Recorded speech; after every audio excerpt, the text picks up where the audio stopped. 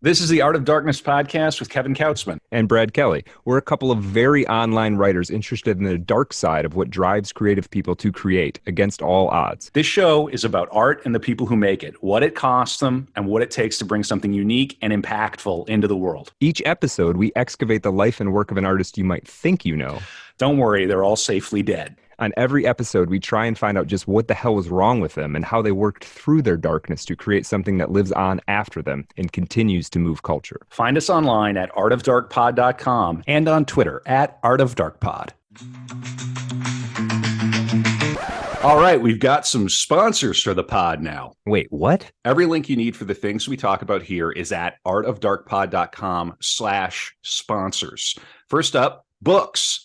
If you're into this podcast, odds are you're probably a reader. We've got links to buy new books from bookshop.org and used books from alibris.com. And if you want to listen to your books, we recommend and use audible.com. It's great, and the catalog is huge. All right. So if you're listening to this, you are online. Maybe you're very online. You probably have a website or are thinking of starting one. Maybe you want a website like artofdarkpod.com. We built that with WordPress, which is by far the most popular way to create websites. And the single best host for serious WordPress is WP Engine. I've personally used them for over a decade now, and I don't host my websites anywhere else. Go to artofdarkpod.com/sponsors and click on the WP Engine link to learn more. Finally, the best way to support the show is at patreon.com/artofdarkpod. Get the bonus After Dark content for every episode, access to the book club, and more. Thanks for supporting Art of Darkness. And I don't think that was too painful. I think we did a pretty good job there. Yeah, that sounded good. Yeah, we appreciate it.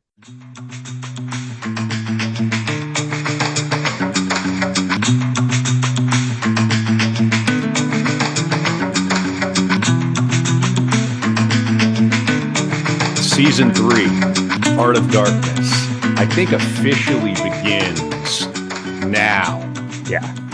Yeah. Very right. good. Season 3 of 3 so far. Yeah, here we go.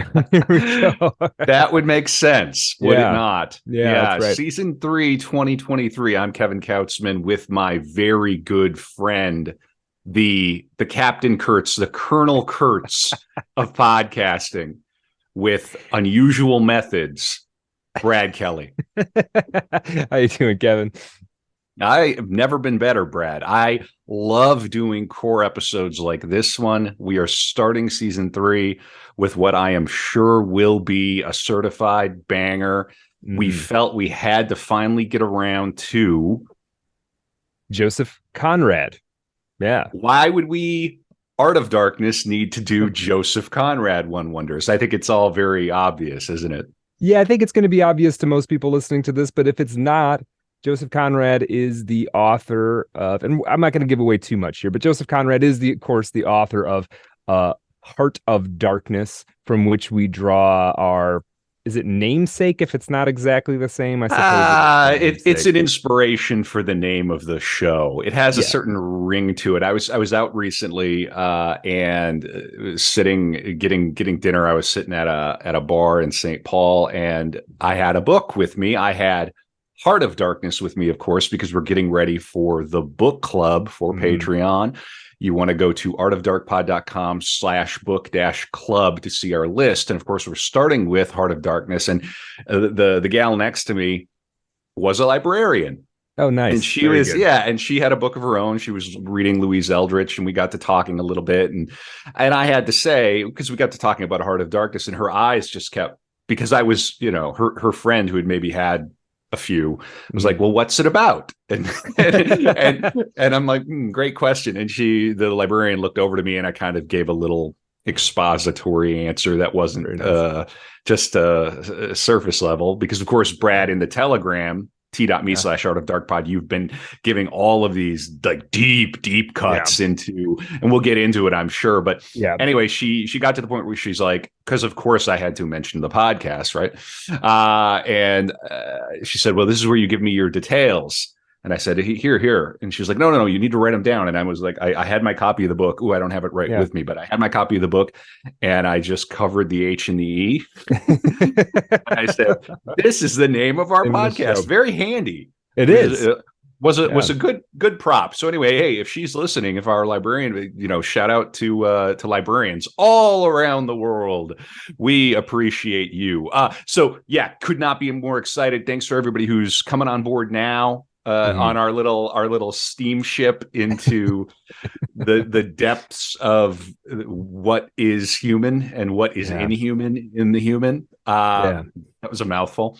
And of course we've already said who we're covering. We're covering Joseph Conrad, and I think we gotta. Yep, and I think I was just gonna ask you the question, Kevin. We're not gonna miss it on the bingo card this time. What do you know about Joseph Conrad? Is he Polish? I believe he was Polish. He wrote Heart of Darkness.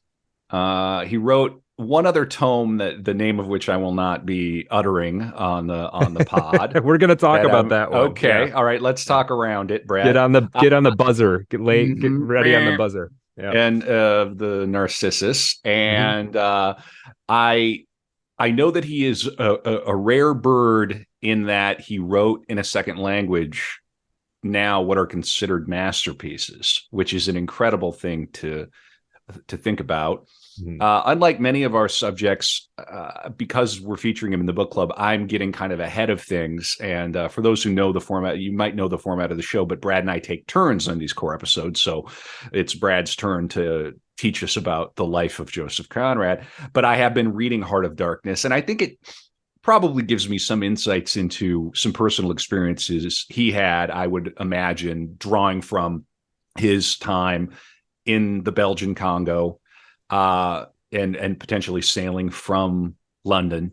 And much beyond that, I am afraid I can't say, but I'm also pleased to say, because that means I get to come along for the ride and learn all about the life of Joseph Conrad on Art of Darkness tonight.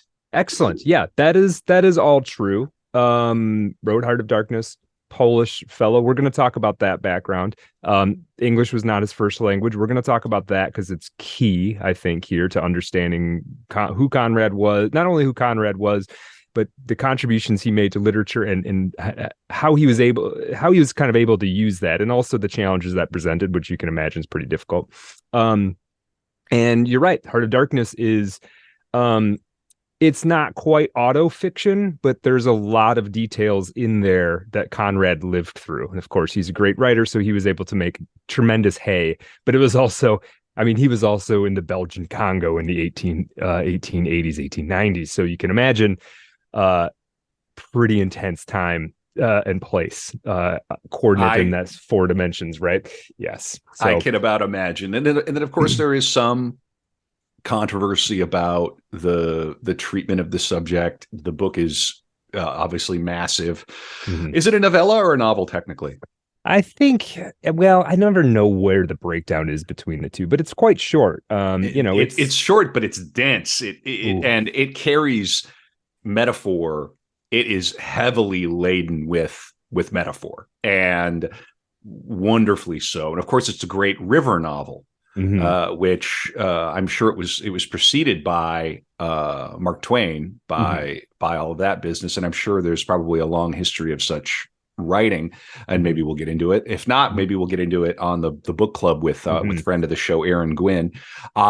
Very interesting, and I think maybe we'll talk. I don't know what we'll talk about tonight in terms of the critical reception during his lifetime, but then also the reassessment of it. But of course, for those who don't know the obvious, a little movie called Apocalypse Now is based on Heart of Darkness. And I think we're going to squeeze in an Apocalypse Now watch party at some point. Yeah, we'll get that in here in the first part of season 3.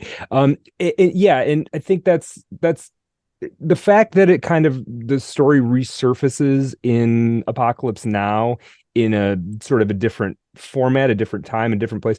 To me, that always lended the Heart of Darkness story something almost Shakespearean, or like the Odyssey. Films are always retelling these ancient myths and sometimes not so disguised, right? We see "Oh Brother, Where Art Thou," right, as a retelling of, and Conrad almost with Apocalypse Now almost gets to have that same kind of status. It feels like I think you could retell. Our friend Astral and I had a conversation on Twitter about how William Gibson's what's the great William Gibson Neuromancer. I had Necromancer in my head. That's not it. Neuromancer is basically Heart of Darkness, but instead of the Belgian Congo, it's a cyberpunk dystopia, and Kurtz is a evil AI, right? So this pattern is something that Conrad nailed, and is something you can repeat throughout literature and film and all that. But anyway, I digress. I'm getting so excited about Heart of Darkness I can barely contain myself. Well, this is going to be exciting. And it begs the question, what are we going to talk about on the After Dark episode for Patreon, patreon.com/artofdarkpod? What are we going to go into on that? We're going to talk about a couple of things. One, the big thing we're going to talk about is the time that Conrad tried to kill himself. The other thing we're going to talk about is what Conrad thought of two other writers, that's Dostoevsky and Herman Melville. So I think those are pretty interesting. It's kind of interesting to see how he related to those two folks. So I'm just going to get into it now. For people who maybe aren't as familiar with Joseph Conrad, I hope this is going to be educational for you, and I think it's going to be entertaining and interesting as well. But let me just give you a kind of a primer on the status of Conrad, how he's considered in the literary world. And I'm just going to read a quick paragraph from the Cambridge Companion to Joseph Conrad, right? This is the sort of handbook they put out with all the necessary critical readings and excerpts and things like that. And this is how they talk about it. Quote, Conrad is one of the defining founders of literary modernism, and his influence has been acknowledged by writers as different from him and from each other as Andre Gide, Ralph Ellison, Graham Greene, Borges, V.S. Naipaul, William S. Burroughs, and Italo Calvino, to name only a few. Some of his works have been taken as models for the development of whole new literary genres. The Secret Agent and Under Western Eyes were among the very first studies of spies who cannot come in from the cold. Nostromo is the first panoramic epic of South American colonialism, and Heart of Darkness is frequently invoked as a cultural token signifying the horror at the heart of modern Western civilization.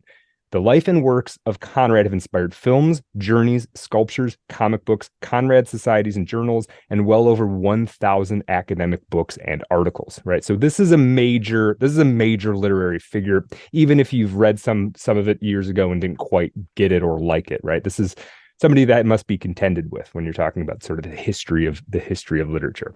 So we're going to get into it. Joseph Conrad, Kevin, as you said, Polish, but we're going to talk a lot about that because it's more complicated than when we say right now somebody's from Poland. There's things happening in the background. We're going to get into that. Joseph Conrad is born Józef Theodor Conrad Korzeniowski, and I apologize. There's going to be some Polish names in here that I'm probably not going to get exactly right, but I'm doing my best. He's born December 3rd, 1857, and he dies on August 3rd, 1924. He was born in the city of Berdychev, I believe that's right, Berdychev, which is not in what is now called the Ukraine, and at that time was part of the Russian Empire, and much previously had been part of the Kingdom of Poland, right? So he's a Pole in the Ukraine in Russia. Mm-hmm. Okay. Nesting dolls. We have nesting geopolitical dolls going on. Yeah, Matryoshka. Yeah. Right. And so now the town that he's born in is dead center in the nation of Ukraine. Interesting. Yeah. So now, of course, one of the most fascinating parts of the Conrad legend is, as you mentioned, Kevin, at the beginning, is the fact that he was not a native English speaker. We're going to get into that in some depth because we want to know, what did he speak and how many languages did he speak and all of that. We're going to get there.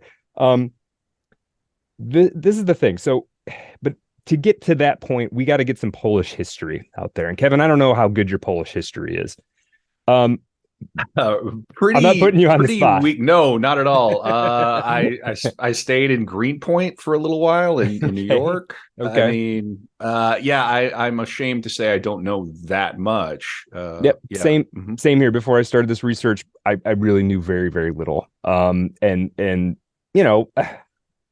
and I guess you could say that about most spots in the world, but for products of American public schools, exactly, people. right? Yep, Exactly. yep. Now, for our Polish friends who may be listening to this, if I'm getting something wrong, get at me on Twitter. I'm doing my best here, but I think it's necessary to understand who Conrad is. I'm going to try to give this context, and I hope I'm not stepping on any toes.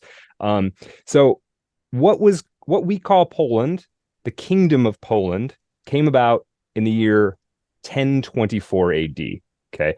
Now, after this and the ensuing decades of this kingdom coming in, ensuing centuries, really, it'd be attacked and invaded by everyone from the Swedes, the Tartars, the Hungarians, the Turks, and the Russians, who are sort of the historical enemy, I guess you might say, of the Poles, right? Where we start to get a sense of the cultural relevance for our story, for the Joseph Conrad story, is around 1772. At this point, Frederick the Great of Prussia and Maria Theresa of Austria conspired to prevent Russia from controlling all of Poland by signing a treaty with Catherine the Great of St. Petersburg to divvy up about 30% of Poland between them. So you can have just a little bit of Poland as a treat. As a treat. Yeah, exactly. Exactly. Well, this is what's interesting is Conrad comes from sort of that milieu, and then later he sees a similar kind of like almost nonsensical divvying up in Africa. Like, who are you people to even divvy this? It doesn't belong to you. You know, it's almost an echo of the same sort of human societal tendency, right? Okay. So couple decades after this agreement between, quote unquote agreement between Prussia and Austria and Russia, what remained of Poland signed a new constitution, and it looked from the outside like, Poland is getting itself together. Like it's going to try to revitalize its economy, and we're going to have to actually contend with it. So what happened was Prussia and Russia took action and seized a huge chunk on the east of Poland, just took it. Russia took a huge chunk of the east of Poland, and Prussia took a huge chunk of the west. And what was left of Poland was basically a landlocked nation that was only about a third the size of the original Kingdom of Poland, right? So you will never have an empire. Right. We shutting it down. Yeah. Right. You are part of these empires. Right. Yeah, absolutely. Now, it didn't quite stay this way. And I'm going to talk about somebody who's not really part of the Conrad story, but I didn't know about him, and everybody should know about him. This guy named Tadeusz Kosciuszko, and I'm mispronouncing that, I'm sure. It's the last name is Kosciuszko. A little tricky for me. Yeah. Now, his birth year is 1746. I'd like to buy a vowel. Yeah, right. Exactly. It's a tough one. Tough one. It's even one I looked up, and like you can, pronounce a name on YouTube or whatever, and it was like, nope, still don't get it. Right. So he was born in 1746, dies 1817. This guy is fascinating. He fought in the American Revolution. Okay. Also became a national hero of Belarus, France, and Lithuania. So he started as a soldier, became a military engineer, and in America, he became a colonel in the Continental Army, right, during the American Revolution. And then a decade later, he goes back to Poland and leads an uprising against the Russian Empire. Busy man. Total badass, right? Unfortunately, you've got your sort of Poland is reduced to this kind of scrap of land. It can't contend with the Russian Empire, frankly. It just can't do it. No matter how much willpower you have and national pride you have, it's just not going to happen. So the uprising, mostly led by this Kosciuszko guy, who would later go back to the United States and become friends with Thomas Jefferson, and would leave all of his money to the education of American slaves, right? Just a very interesting guy. Interesting, right? Yeah.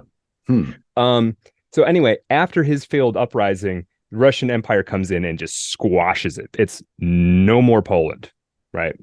And there would not be a place on the map called Poland for 123 years after that, right? So this is where Conrad is born. This is Poland that Conrad is born into, which is now the specific place is now Ukraine. Ukraine. Right. He is ethnically a Pole, though, and that's how he would identify, and particularly his family would identify. Now, the Catholics. Yes, Yeah, they were Catholic. Yeah, he was Catholic. Right. Yeah. So now the one true faith. Right. First one of the year. It doesn't take long to get we got to celebrate. There we go. Okay. All right. Yes. Bingo check. Keep those bingo cards out. Now, the reason I'm telling all of this is I wanted to take this big view of Conrad, especially when we talk about somebody who's from the sort of non-English speaking world, a non-American artist or non-English speaker. He would become one of the great English novelists, of course. But I always take this as an opportunity, like, let's learn a little history. And in this case, it happens to be profoundly important to Conrad's story. And that's because his family was deeply involved in the history of Poland in the years leading up to his birth.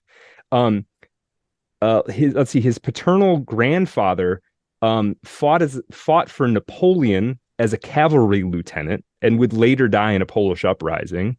Would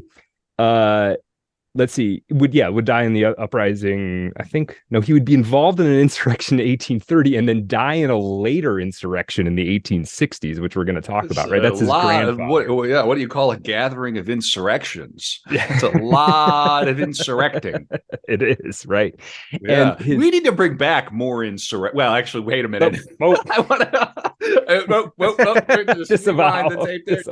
Yeah, we're on YouTube now, by the way, and please everybody subscribe on YouTube to pump our numbers, and channel your insurrection energy to youtube.com/@artofdarkpod. Go on, Brent. Yes. No, thank you. That's good. So, whoops, almost. Okay. Shake it out. All right. Yeah. Now, okay. So to further understand the position of the Conrad family, technically the Korzeniowski family. I hope I'm getting that right. Hold on. Yep. Korzeniowski family. Yep. Yeah. 100%. We have to understand there were basically, where he was sort of born and raised, there was basically four groups of people. There was the Russian-speaking Orthodox governing class. There were the group below them was sort of the intellectuals, the landowners, the estate managers, and they were all Roman. They were Roman Catholics, and they all spoke Polish. This is where Conrad's family's from. Then below that, there's the Ukrainian peasants and servants. These people were members of the Eastern Uniat Church, and then there was also, not below, but sort of beside, I guess, was a merchant class, which was primarily Yiddish-speaking Jews. So this is Conrad's milieu. Are these four groups? They all speak different. They speak four different languages, none of them English. Conrad would later claim that he didn't know how to speak or read Russian, and then other people figured out that was not really true, because he was always pushing against anything. It was like an ethnic pride type thing. Yeah, right. Okay. He would say he didn't even know what the Russian alphabet looked like, which is essentially impossible. So Conrad's family was in this Roman Catholic Polish speaking class, but even within that, there's this old class of like quasi nobility called the Szlachta, and this is sort of, I guess, not quite the aristocracy, but just below the aristocracy. And let me read you a little bit about this class from a book by Norman Davies called Heart of Europe. Okay, so give me just a second here. I got a lot of books on this one. We're going to learn all about the Szlachta. The Szlachta. Yeah. So, and here's the thing about the Szlachta, and this isn't my opinion. Okay, this is coming from Norman Davies, but I want us to understand this isn't an American classing of people. We don't have groups like this. So I was curious about what this was all about. This is from Davies. Of all the products of Polish life before the partitions, the Polish nobility, the Szlachta, and all their works might seem to have been the most discredited. The Szlachta's knightly code had not helped them to fight and repel the Republic's enemies. Their peacock pride in a supposedly exclusive ancestry was grotesquely unsuited to their miserable decline. Their social ideas of brotherly love and equality ill-fitted their continuing support for serfdom. The political philosophy of their, quote, golden freedom resulted in common anarchy. The Schlachter were the laughing stock of Europe, the butt which every radical wit from Defoe to Cobden could mock. If in Carlyle's cruel words, their noble republic was a beautifully phosphorescent rot heap, then they were the parasites who swarmed upon it. So, how do you really feel? Yeah, right. Yeah, in hindsight, it's sort of like the Schlachter, again, this is interpreting Norman Davies and some other things.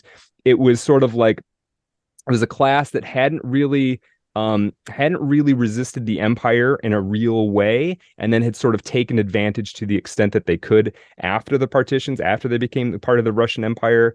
And it was sort of like, well, the crap from the Russians rolls down to us, and the crap from us rolls down to everybody else, right? I see. So, and again, and were those Polish speaking Catholics? Yes, sort of like kind of an upper middle class or like a lower elite tier of old nobility. So not middle class, but it would be, okay, I see. Yeah, sort of upper middle class, right? And all of their money was, honestly, a lot of it was from sort of previous generations, right? Like not necessarily, they weren't the engine of the economy by any sense. Yeah, middle class of any kind is probably the wrong word to apply, but kind of old money, but parasitical.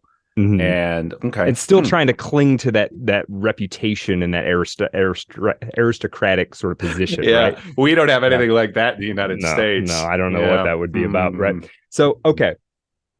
I want, and again, I wanted to get a lot of this out here, and I've got more too, because there's more about this background. I wanted to get this out here because I wanted England claims Conrad, right, as a writer. And I wanted to color this as saying, well, sure, okay, he's English. He lived in England for most of his life, and yet we can't forget this other stuff in his history, right? Sure. We're gonna lie back and think of Poland. Right. Yeah, exactly. And I wanted to say something about a quote about him, and I'm gonna have a few quotes from other writers and people about Conrad, but one that I want to give you right now. This is Ezra Pound, who said of Conrad, he was the bringer of light of a European point of view into the black bog of Britain. Yes, based on what I've read. Very interesting. Right. Yeah. So, okay, now here's another person that we need to know. We talked about that Thaddeus guy who fought Belarus and the American Revolution and led a Polish uprising and all of that. There's another man who is maybe not as heroic, but is comparably important in Polish revolutionary politics of the 19th century. And that man happens to be Joseph Conrad's father. Okay. Joseph Conrad. We got some blue checks in the wiki. That's right. We do. We definitely do. Now, at this point, Apollo Korzeniowski, Conrad's father's most important thing in history is being Conrad's father. But during most of Conrad's life, that was not actually the case. Apollo was in 1820, current day Ukraine, would study Oriental languages and literature and law at St. Petersburg. And a man who knew him well described him like this. And I should mention, I'm reading here from the great biography by Jeffrey Myers, I think published in 1991 or 1992, simply called Joseph Conrad. It's very strongly written biography. If you want to write the definitive biography of a person, that's the name. You're coming out swinging. Joseph Conrad. Yeah, exactly. That's it. Yeah. Yeah, if you're gonna write a biography of Conrad, you gotta come up with something else now, right? Joseph Conrad, the other biography. Right. Part 2, Electric Boogaloo. Yeah. The URL is available. You're not gonna have any problem getting to the .com. Right. Okay, so this is a description of Apollo Korzeniowski by somebody who knew him. Quote, in our part of the country, he had the reputation of being very ugly and sarcastic. In fact, he was not beautiful, nor even handsome, but his eyes had a very kind expression, and his sarcasm was only verbal, of the drawing room type, for I have never detected any in his feeling or in his actions. Open-hearted and passionate, he had a sincere love of people in his deeds, Sorry, excuse me. He had a sincere love of people. In his deeds, he was impractical, often even helpless, uncompromising in his speech and writing. He was frequently over-tolerant in everyday life. He also had two sets of measures, one for the weak and ignorant, the other for the mighty of this world. So he was an idealist, right? And he was deeply proud of being a Pole in a place where Poland didn't exist anymore, at the time anyway, right? Still culturally alive, but not autonomous, not sovereign.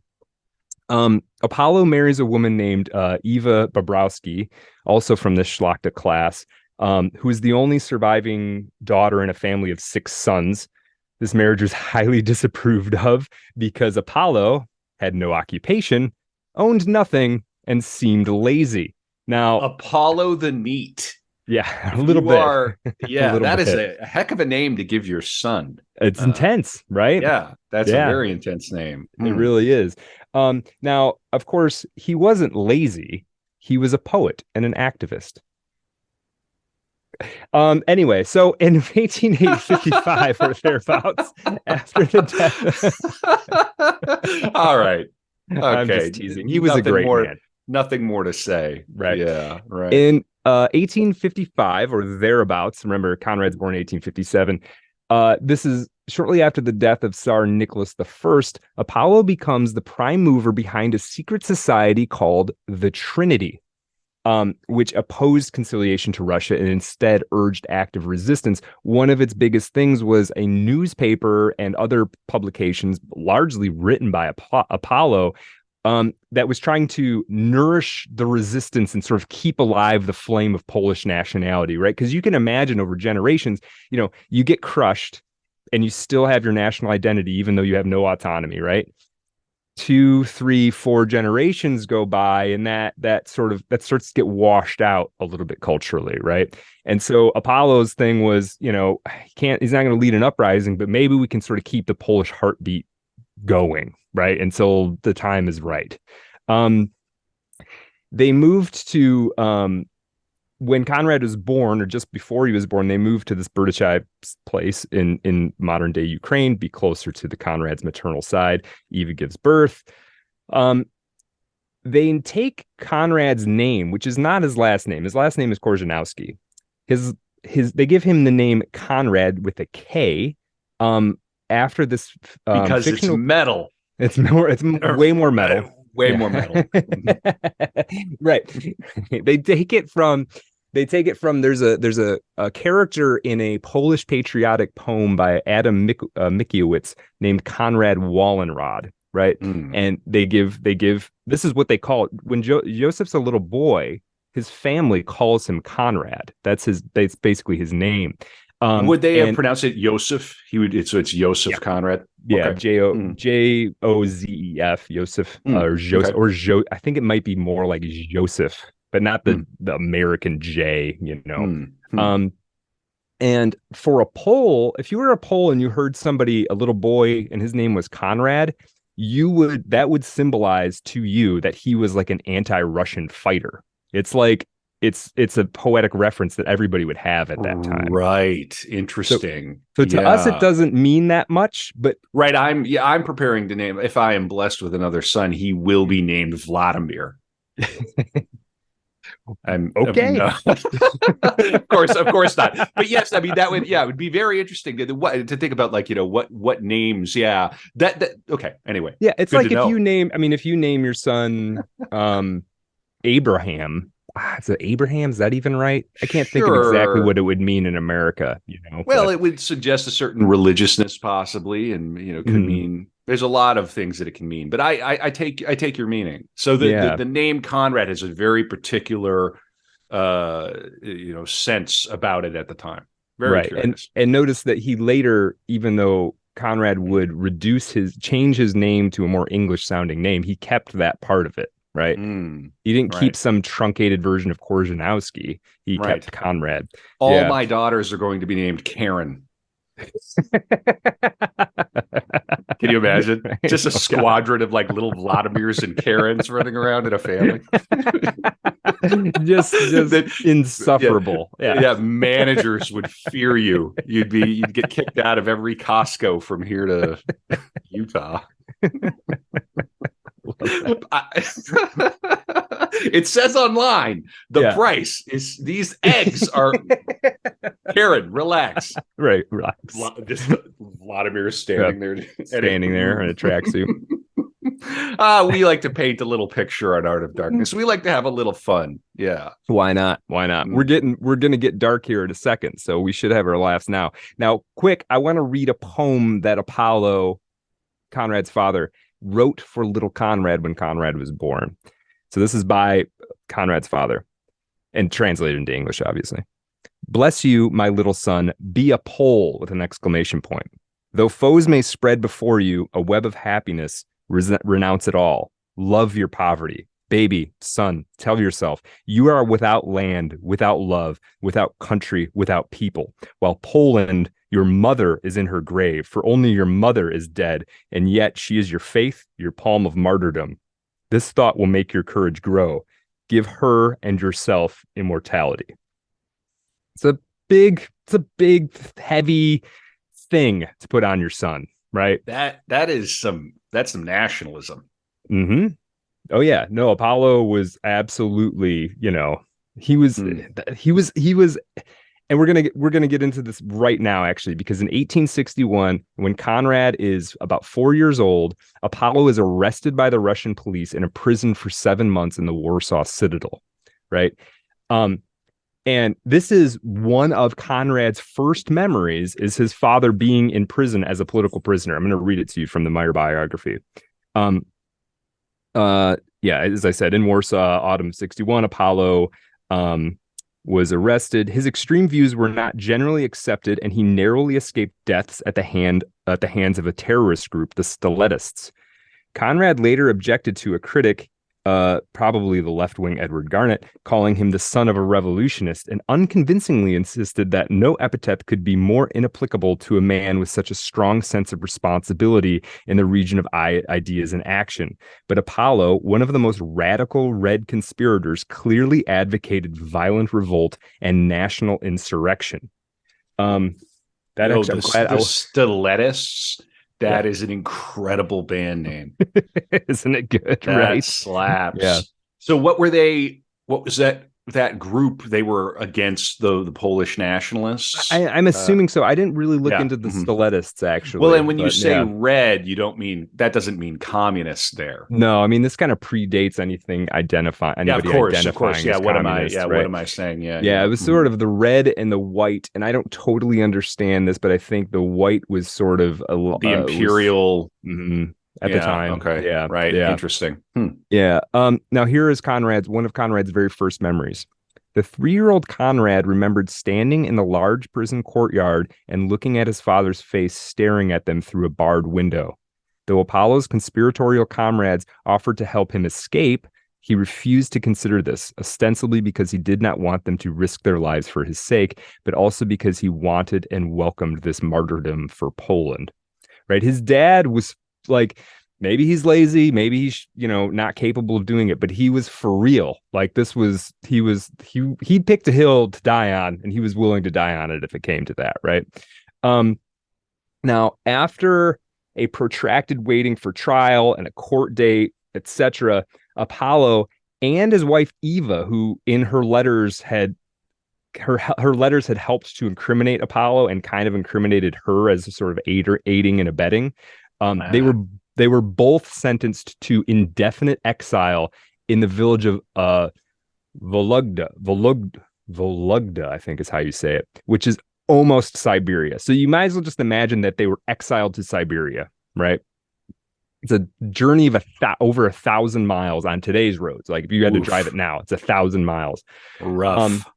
And little Conrad, about 5 years old, had to go with them. Ooh. So Conrad was exiled to Siberia as a 5-year-old boy. Right. You made a bad joke online. Now you got to go move to way out there in Alaska. Right. Your dad wrote some offensive poetry. Right. Yeah. Now you're living in the middle of nowhere, right? Whoa. And little Conrad would almost die on this trip. He'd get very, very sick. He got so sick that Apollo, as they were traveling, sort of made a stand, was like, we're not going anywhere. They were gonna, it could have led to an execution and out on the road someplace, but They're being apparently ushered there, of course. oh yeah, they're not by themselves. Yeah, yeah.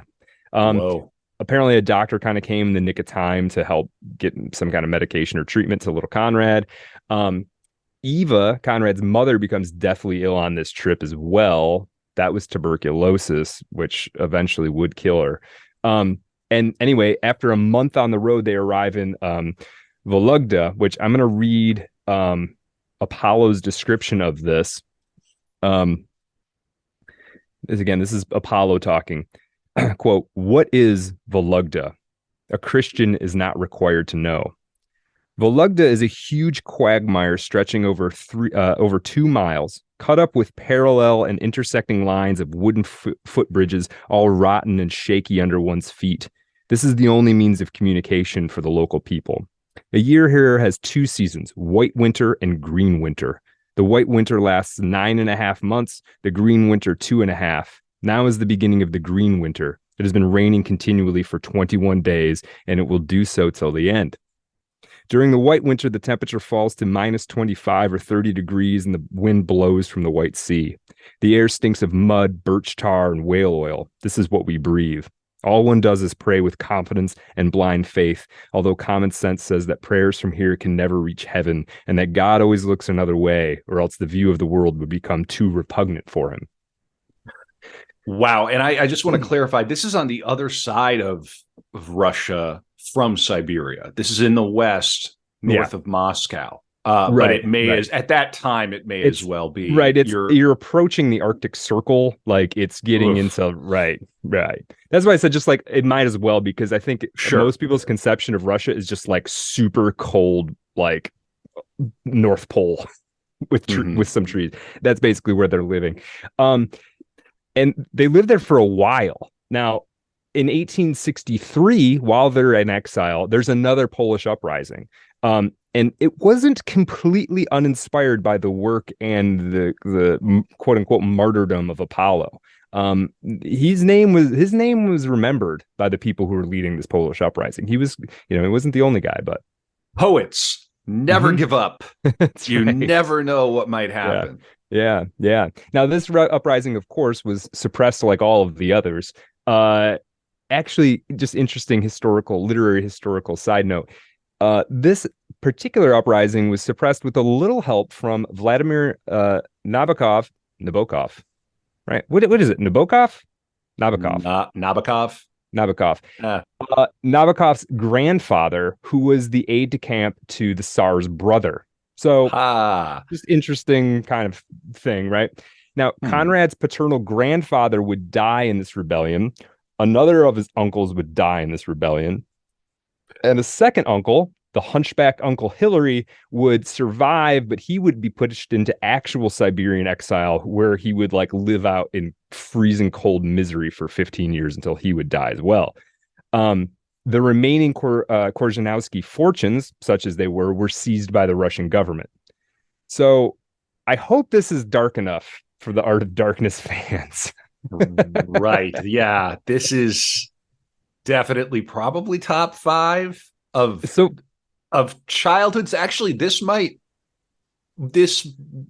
be it's top 3, because I think what happened with Anais Nin is pretty wicked dark. But in terms of the bros we've covered on Art of Darkness, is there any darker childhood of those we've covered so far? I mean, stuff has happened to people for sure, but man, when you just think about like literally the year you were in kindergarten, Conrad was in like the frozen tundra in a work camp.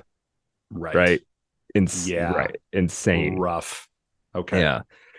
And he didn't speak the language. It's not like he had little friends he was running around with. Like, this is the deprived, and everything has been stripped existence from you and your family, and your life hangs by a razor's edge. Yeah. Even Yeah. if suddenly it was like, well, you guys are no longer in exile. You don't even have anywhere to go back to. Right.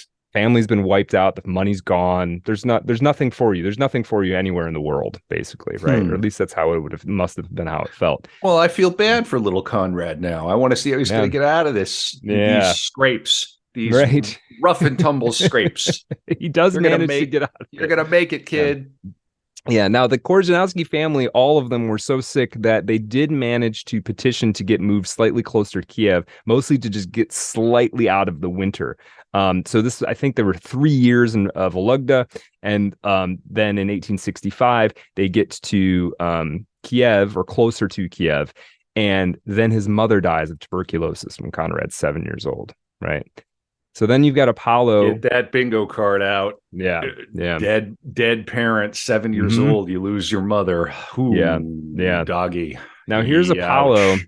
Now here's Apollo describing Conrad's sort of motherless childhood. Okay, there's a little preamble from Jeffrey Meyer. Quote, Apollo gives a terribly depressing account of the solitary existence with Conrad. After the failure of the revolution and the death of his wife, his courage gave way to despair. Now here he's talking about, in a letter, he's talking about Conrad. Poor child. He does not know what a contemporary playmate is. He looks at the decrepitude of my sadness, and who knows if that sight does not make his young heart wrinkled or his awakening soul grizzled. These are important reasons for forcing me to tear the poor child away from my dejected heart.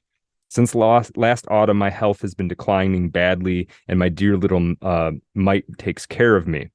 My life is, at present, confined solely to Conrad. I teach him all I know myself. Alas, it is not much.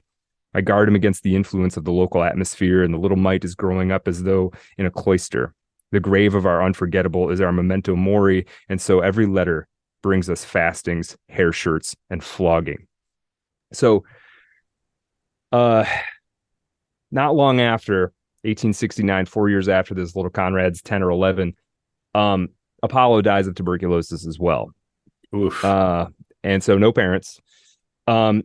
He's taken under the ward of his uncle Thaddeus, his mother's brother. The mother's side, Conrad's mother's side, didn't get involved in all of the uprisings and the rebellion, so he managed to get through that 63 uprising okay. He'd become sort of a successful owner of a sugar beet plantation, and he sort of takes responsibility for Conrad. Now he takes Conrad on as sort of a surrogate son because his own wife had died during childbirth and his daughter had died when she was 13. And so Thaddeus he's a reasonably wealthy widower. And here comes Conrad, right? Oh, man, life was rough. Right. Rough. Yeah. I mean, yeah, that's the thing. You think about Conrad doesn't have anybody from his childhood that's still, like, nobody. There's nobody from his childhood that's alive, basically, right? Insane. Now, Thaddeus is let's give you a description. I'm going to give you a description of Thaddeus, of Conrad when he kind of comes under Thaddeus's control. Thaddeus is like he's one of these guys who's probably kind of tough, severe. He's a pull yourself up by your bootstraps kind of guy, but he cares. He's got a heart. He wants Conrad to end up in a good, as well as he possibly can. And he understands the pain that Conrad has gone through, right? He ends up putting him mostly through boarding schools, but I don't think that's as uncommon in the time period as it would seem now. And now it would seem like you're trying to get rid of him. But I think at that time, it probably made sense. Like, I will pay for all of this. Right? Sure. I mean, that doesn't seem to me. I mean, he doesn't have a wife. It's him. He's running a sugar beet empire. Right. Yeah. So now when he's sort of a young teenager, he spends a little bit of time with a distant cousin that's, might be a second or a third cousin. And this is how that cousin describes Conrad. We have very few descriptions of him as like a boy or a teen. So this is kind of good for us I'm going to give you a couple descriptions of him through his life, and this will be sort of the first one. Conrad, quote, Conrad stayed with us 10 months while in the 7th class in the gymnasium. Intellectually, he was extremely advanced, but disliked school routine, which he found tiring and dull. He used to say that he was very talented and planned to become a great writer. Such declarations, coupled with a sarcastic expression on his face and with frequent critical remarks, shocked his teachers and provoked laughter among his classmates. He disliked all restrictions. At home, at school, or even in the living room, he would sprawl unceremoniously. He used to suffer from severe headaches and nervous attacks. The doctors thought that a stay at the seaside might cure him. So right there, we've got kind of all the important Conrad pieces we actually need to know. Ambitious to become a great writer, sort of laughed at by people, nervous, way smarter than everybody else in the room. That's kind of a good way of thinking about Conrad. It's kind of true throughout his life. Now, I like this too, this time where it would be, we'll send him to the sea. Right, get the boy some sun. right. Yeah. Yeah, they never knew what yeah, it's funny back then. They never knew what to do. They were like, did you try living somewhere else, maybe? Have you tried taking the air? Right. It really is touch grass. It is. That's what they were saying. It is what they were saying. Let's see. So let's see. Boarding schools. At age 16, he finally leaves Poland, right? He's in boarding schools until then. Here's Conrad later in life talking about this moment where he about leaving Poland, what that's like to leave Poland. Quote, I spring from an oppressed race where oppression was not a matter of history, but a crushing fact in the daily life of all individuals, made still more bitter by declared hatred and contempt. I can't think of Poland often. It feels bad, bitter, painful. It would make life unbearable. The Russian mentality and their emotionalism have always been repugnant to me, hereditarily and individually. Okay, another little part about the Russians, his attitude toward the Russians. Think just and this is Meyer, and I'm just going to read this because I really wanted to sink home where Conrad is when he leaves Poland. What's happened to him? This sums it up. The Russians had enslaved his country, forbidden his language, confiscated his inheritance, treated him as a convict as a child, right? To his mind, had killed his parents and forced him into exile. This is Conrad's life until he's a teenage boy, right? So you talk about sort of the oppression of Olympics. Serious, it's like Hunger Games stuff, like real world, real life. Right. Yeah. Mm-hmm. Any bigotry that he would have toward them would be justified. Right. It would be like, yeah, I get it. Yep. I mean, yeah. Yep. So oppression Olympics, Conrad's scoring pretty high. I don't know if he's on the gold medal platform, but he's up there for sure. Here's another little bit. So this is him actually leaving, and I just liked this paragraph again from the Meyer biography. Quote, on October 13th, 1874, the 16-year-old Conrad became one of the 3.5 million emigrants, including his close contemporaries Paderewski and Marie Curie, as well as Apollinaire, Louis Namier, and Malinowski. These are other writers and intellectuals, and we're not going to go into them, but interesting folks who left Poland between 1870 and 1914. Like Jasper Allen, the handsome hero of Freya of the Seven Isles, that's a Conrad story, Conrad was, quote, an old man's child, having lost his mother early, thrown out to sea, out of the way while very young, and had not much experience of tenderness of any kind. So what does he do when he leaves Poland? A man from a landlocked nation who'd never seen the sea, except for possibly a little visit to the Black Sea as a boy, decides he's going to become a sailor, right? Going to run away to the sea. And that is wicked cool. It is. Right. It is. He took their advice to heart. Yeah. Go to the ocean, young man. Right. Yes. Right. Yeah. Very interesting. So he moves a 16-year-old boy. He goes, well, he wouldn't have been a boy in his culture, but in our culture, he's a boy. He moves to Marseille, France. And uses this as great port town. Yeah. And he's going to use this as his home base to kind of learn seamanship and learn French. He knows a bit of French, but not much. And try to become a sailor. And some challenges. I mean, he first starts getting money of his own, and you imagine he's somebody who's basically never had any money, right? Um, and he doesn't know how he can't manage money. Like he just blows it on stuff. Now he's not a drinker. There's no evidence that he was sleeping around with women, with just women he met or with prostitutes or anything like that. And in some senses, it's not even clear what he was spending money on, but it did not last long. There was a bit of gambling. You're So like subtweeting me. It's just like, it's like, yeah. wait, what? You're telling me there are prostitutes in a port city, Brad? I don't know. Maybe. Whoa. I wouldn't know. Yeah, right. Different pod. Right. He would make friends with, and again, he barely had any friends, right? He'd been in multiple different boarding schools. He'd been bounced all around Ukraine and Poland and Russia. So he starts making friends too for the first time, and he makes friends across classes. He makes friends with the royalists and the bohemians and the seamen. And it's really Marseille, 18, what did we say, 74. It's a culturally intoxicating place to be for a boy who was raised on the tundra, right? Sure. Fascinating place, right? Now, he starts out working as a seaman on pilot boats that would guide ships into the harbor, right? Very kind of simple stuff for a sailor, but that's how you get your sea legs, right? You learn how boats work and you learn what the different boats are. He'd never really seen boats, so he'd seen a painting or something. There's a boat. That's another a boat. Is that also a boat? Yes, that's a boat. Yeah. Yep. What's it all about? Right. Very good. And at this time, he hears, okay, so the first time he ever hears English is when he's about 14 or 15 years old. He overhears some English engineers in a boarding school. It's the first time he ever hears English. The second time he remembers very well what hearing English, and he was pulling up to a boat with some English sailors on it, and this English sailor calls down, "Look out there."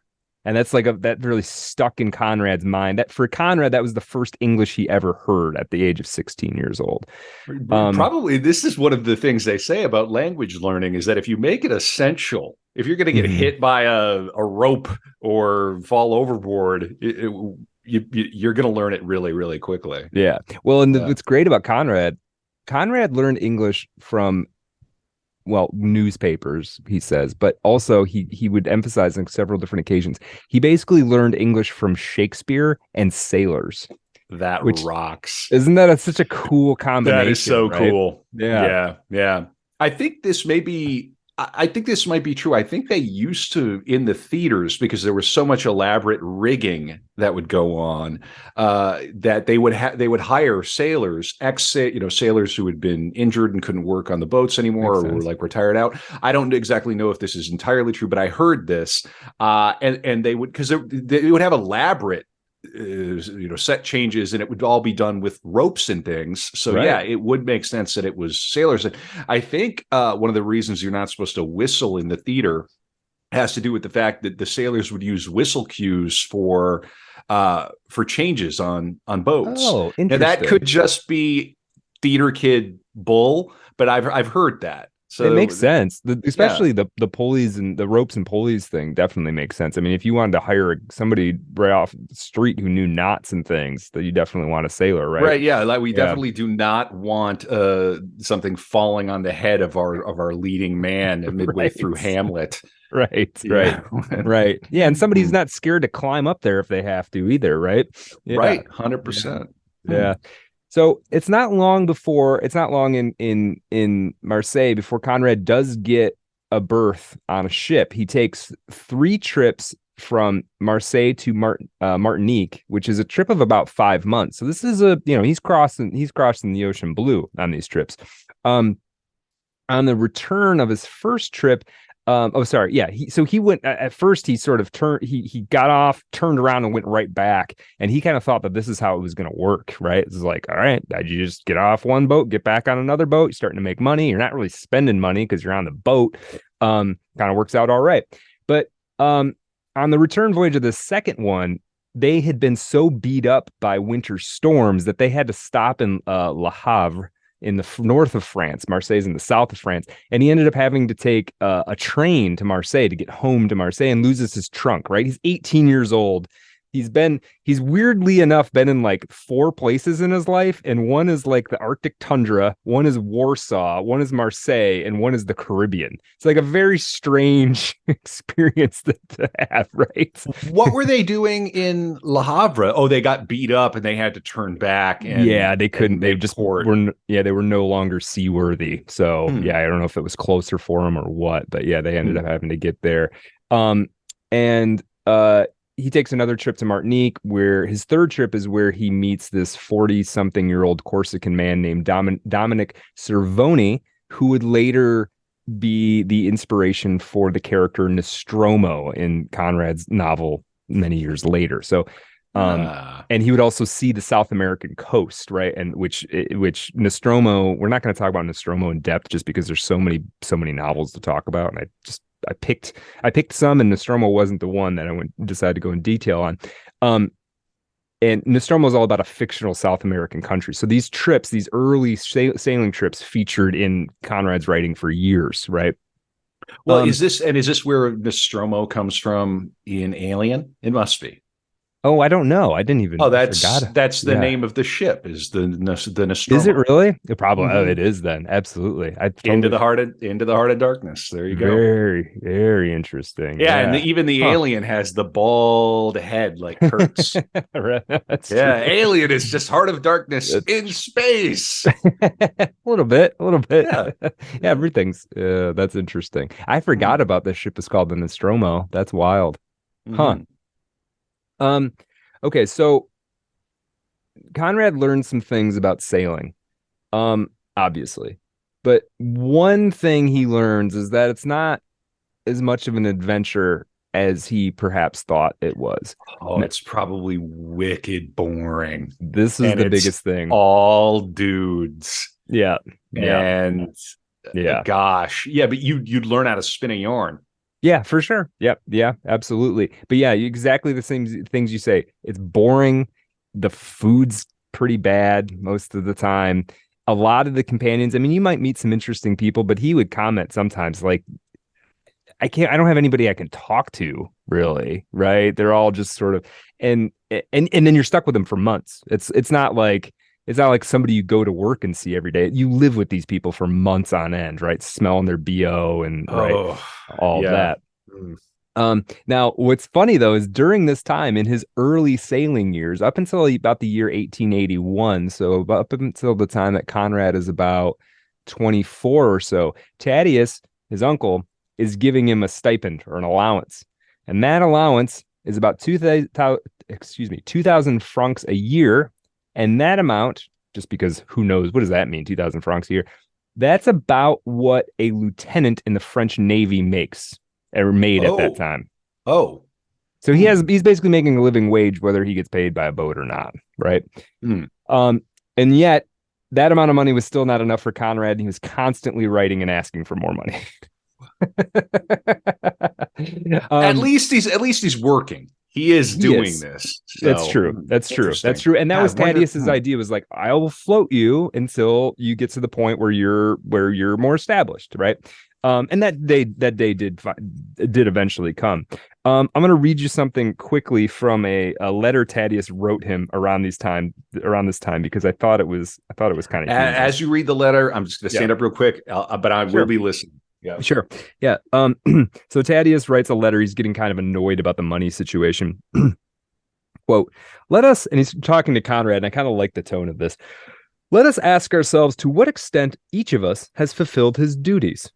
For by answering this question, the recapitulation will enable us to correct any shortcomings that we may find in our conduct. In short, during 2 years, you have, by your transgressions, used up your allowance for the whole third year. Consider all that, my dear, and you must admit that I am right. Beat your breast and swear to reform.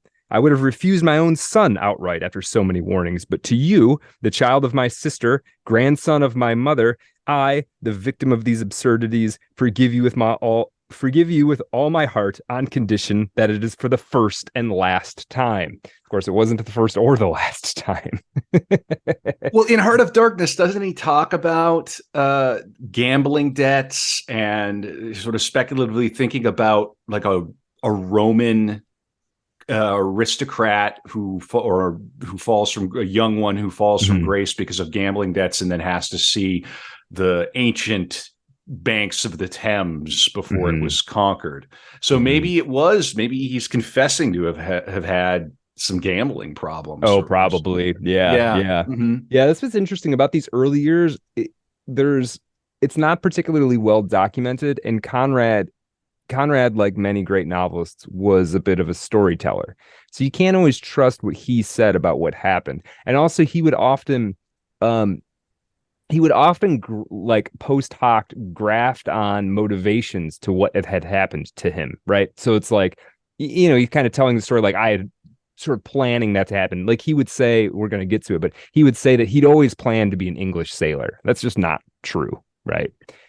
He had to have, because if he was on these ships getting paid doing that and going through a full salary, he must have either been extremely stupid, which I doubt he was, or he must have been gambling or something of the like. Yeah. I don't think he was a drinker. There's no indication that he was a drinker, which is interesting.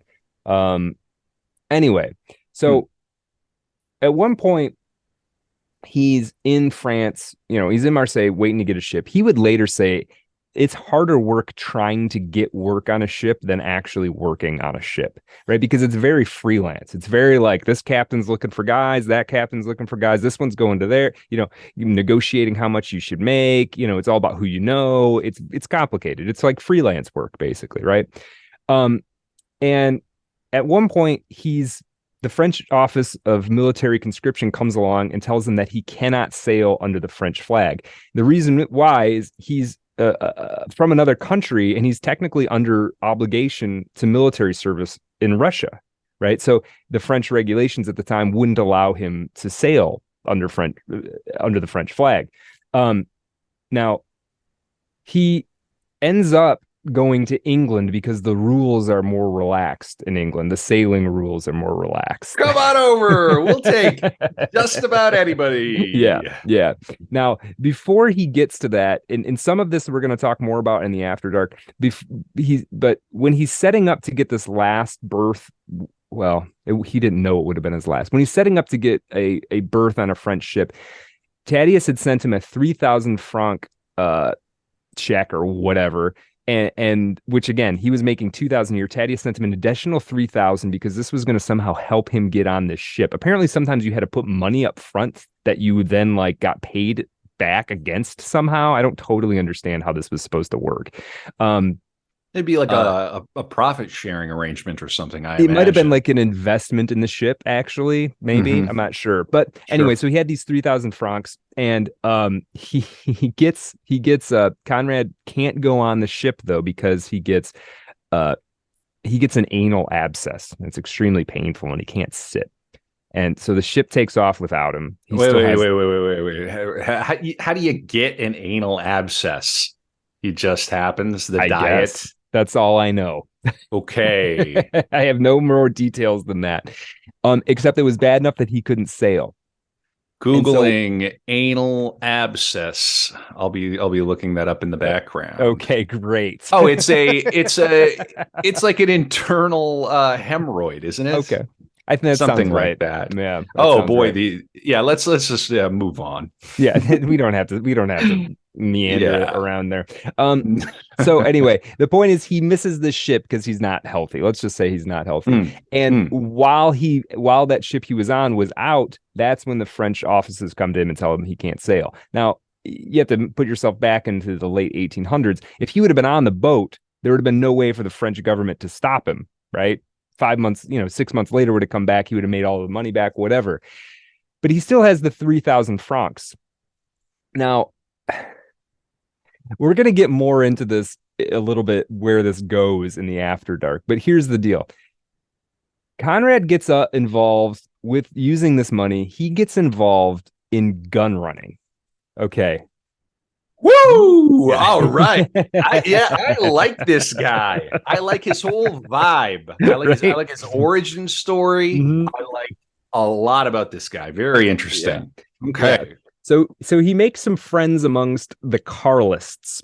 And you have to remember his father was a revolutionary. So like, he would be prone to maybe getting involved in any political cause. Now, I had no idea what the Carlists were, and I'm going to inform Kevin, maybe I'm going to inform our audience with this a little bit, which I think is a good succinct description from the Jeffrey Myers biography. Quote, the immediate cause of the Carlist Wars was the dispute about whether the eldest daughter of King Ferdinand VII was entitled to succeed to the Spanish throne in 1833. Ferdinand had abrogated the Salic law, which excluded females from succession to the crown, in favor of his daughter, who became Queen Isabella II. Ferdinand's brother Don Carlos refused to recognize Isabella and claimed the throne for himself. A civil war followed in which the Basque provinces and Catalonia supported the ultra-reactionary and ultra-clerical Carlists, who were defeated in 1840. Raymond Carr observes that Carlism was both reactionary and romantic. Quote, the Carlism of the 1830s was a negative creed, a crusade for the elimination of the liberal canal. I don't know that word. Anyway, as a residual legatee of 16th century heresy and 18th century atheism, it was a revolution of frustration, a revolution of the inadaptables, from the prince who had been pushed aside by the court faction to the violent men who took to the hills in Catalonia and Aragon. Such men became the prisoners of an intransigent ideal, legitimacy, and the Catholic unity of Spain. Against the court of Isabella stood the austere court of the true king, Charles V, regular in his habits and punctilious in his devotions, his army under the supreme command of the Virgin of the Sorrows. Carlism therefore remained a romantic epic in which selfless devotion to an ideal was soiled by treason, desertion, and incapacity. In 1873, after the abdication of King Amadeus of Spain and the declaration of the Republic, the Carlists seized large parts of northeast Spain. The Second Carlist War ended in 1876, a year after Alfonso XII, the son of Isabella, was proclaimed king. Don Carlos was defeated and escaped to France, but the Carlists, who later supported Franco in the Spanish Civil War, remained a powerful force in Spanish politics until 1939. Okay, I'm not going to give you a quiz on that, but this is the group for which Conrad was going to try and smuggle arms. Very interesting. I'm on their Wikipedia. This goes so deep, and I am afraid I know so little about this, but there is still a claim to the Carlist communion. Okay. A current duke. So this, in a minor way anyway, continues unto today.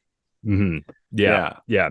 So he gets caught up in this. Now, it's not clear about whether Conrad had any, like, it's hard to understand why Conrad would have been like politically motivated in this direction, because it's so sort of fine grained. Like, it's such a, like, why would a boy from Poland care about like these strange, you know what I mean? It doesn't lucre. Don't exactly. You think it's about that paper? Yeah, so he was basically trying to get paid to smuggle guns, right? There wasn't really, I don't think, a political. There was also some suggestion that he was trying to impress a woman, a woman who would later become a character in Arrow of Gold, and he got pulled into it by a guy who he'd sailed to Martinique with. So he's 18 years old, right? So there's probably a certain extent, a little bit of money, impresses this woman. It's kind of adventurous. He's an adventurer. And this guy Dominic, who we looked up to, was kind of running the show, right? So Conrad gets involved. This does not go well. There's some dispute about what actually happened. I think the key takeaway that we can have. Okay, let me read this again from the biography. Quote, according to Conrad's account in The Mirror of the Sea, this is a memoir that he wrote. The Tremolino, this is the boat that they supposedly smuggled guns on, officially known as a fruit and corkwood trader, but actually smuggling contraband arms, was betrayed by Dominic's nephew, Cesar Cervoni. When she is pursued by a Spanish patrol boat, Conrad exclaims, "She will never catch the Tremolino." But Dominic, observing that the roping stitches on the sail have been cut, realizes they have been treacherously sold out. Dominic decides to destroy rather than surrender the boat by smashing it on the rocks and to escape with 10,000 francs he has hidden on board. Furious with Cesar, who has also, unbeknownst to him, stolen the money, Dominic throws him overboard and Cesar sinks with all the cash in a belt around his waist. No ship ran so joyously to her death, Conrad writes of the dangerous venture. At one moment, the rush and the soaring swing of speed, the next a crash and death, stillness. The Tremolino, with her plucky heart crushed at one blow, had slipped off into the deep water to her eternal rest. Now, Conrad's scholars, I'm continuing to read, but that's no longer what Conrad wrote. Conrad's scholars have found no trace of a ship called the Tremolino in the Marseille maritime records. They have discovered that Cesar was not related to Dominic and, far from drowning with a money belt, survived to sail for many long years. Though the details of the story are suspect, the unpublished memoirs of one of Conrad's oldest English friends, who had extensive experience at sea and met Conrad in 1880, way before he was a famous writer, confirms that some such incident actually happened. So something happened with this smuggling. What exactly is kind of hard to say, honestly. Now, he's doing some crime. He's doing crime. Well, that's the other thing. Like, how much record is there of a 18-year-old kid doing crime if they didn't get caught? It's kind of hard to prove what happened and what didn't, right? No comment. Right. Right. I plead the fifth. Yeah. Now, his money, and now when this happened, he still had the money from Thaddeus, the 3,000 francs that we discussed. That money, we're going to talk more about in the After Dark content, because that money leads directly to Conrad's suicide attempt. Patreon.com/artofdarkpod. We do an extra 20, 30 minutes or more for every episode we do for Patreon. Please support the pod. We put in the work. Yes, we do. We do. Okay. Now, as we said, the French government said that Conrad could no longer sail under the French flag. So in 1878, Conrad's 21. Conrad, he goes to England looking for a boat. Now, it was tricky for me to know, like, how much of the sailing stuff do we talk about? Conrad was a sailor for 20 years, right? A long time. It was his primary occupation for 2 decades. He would work on 18 different ships. He would eventually pass his master's examination, which qualified him to be a captain on British ships, which was an uncommon achievement for a foreign national. He would only actually work as the captain of one plus a river steamer in the Congo. He would never get consistent work with a single firm or a line. He rarely sailed on the same boat twice. And he had long periods where he was unable to get work, right? So it's tricky. I mean, he was sort of successful in some senses, and another, it was kind of a wash. Sounds like a choppy freelance career. Touch and go. Yeah. And the biggest it can ever get is like you briefly captain a ship.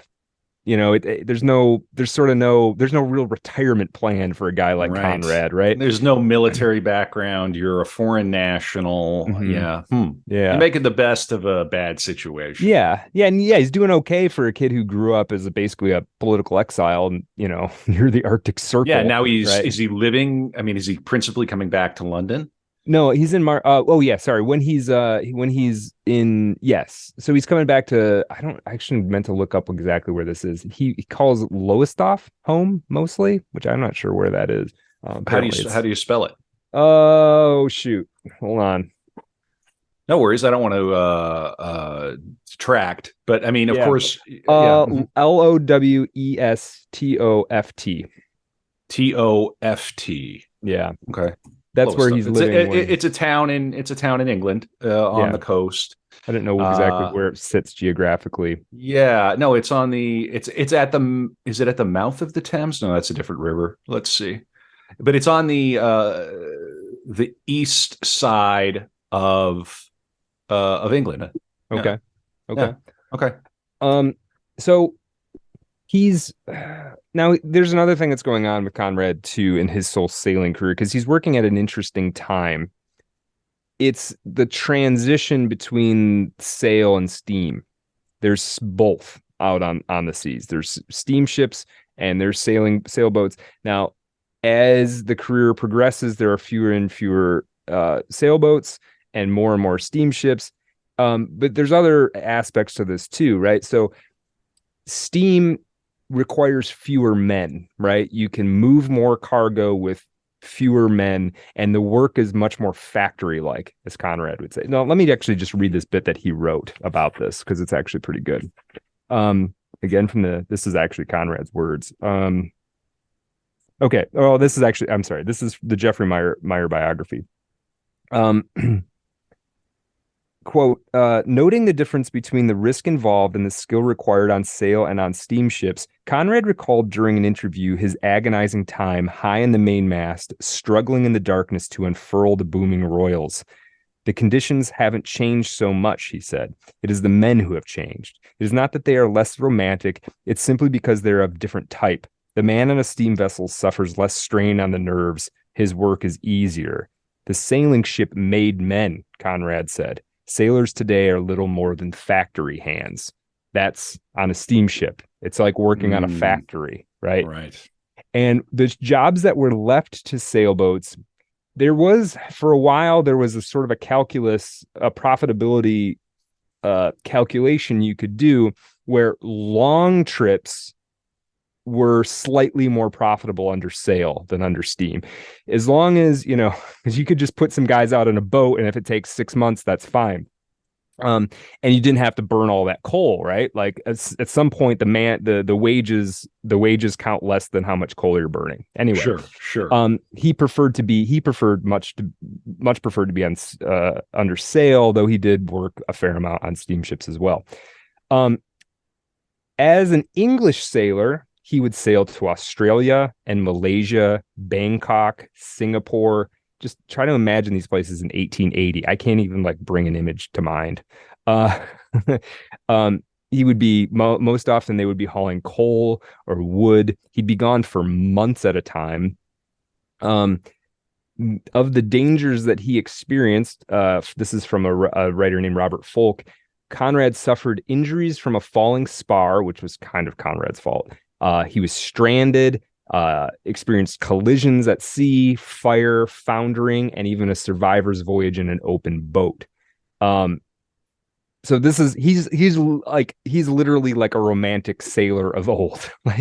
There's no doubt about it. It's wild. And living through the transition from sailing ships to this industrial steam type ship, which are you familiar with the iconic Turner painting?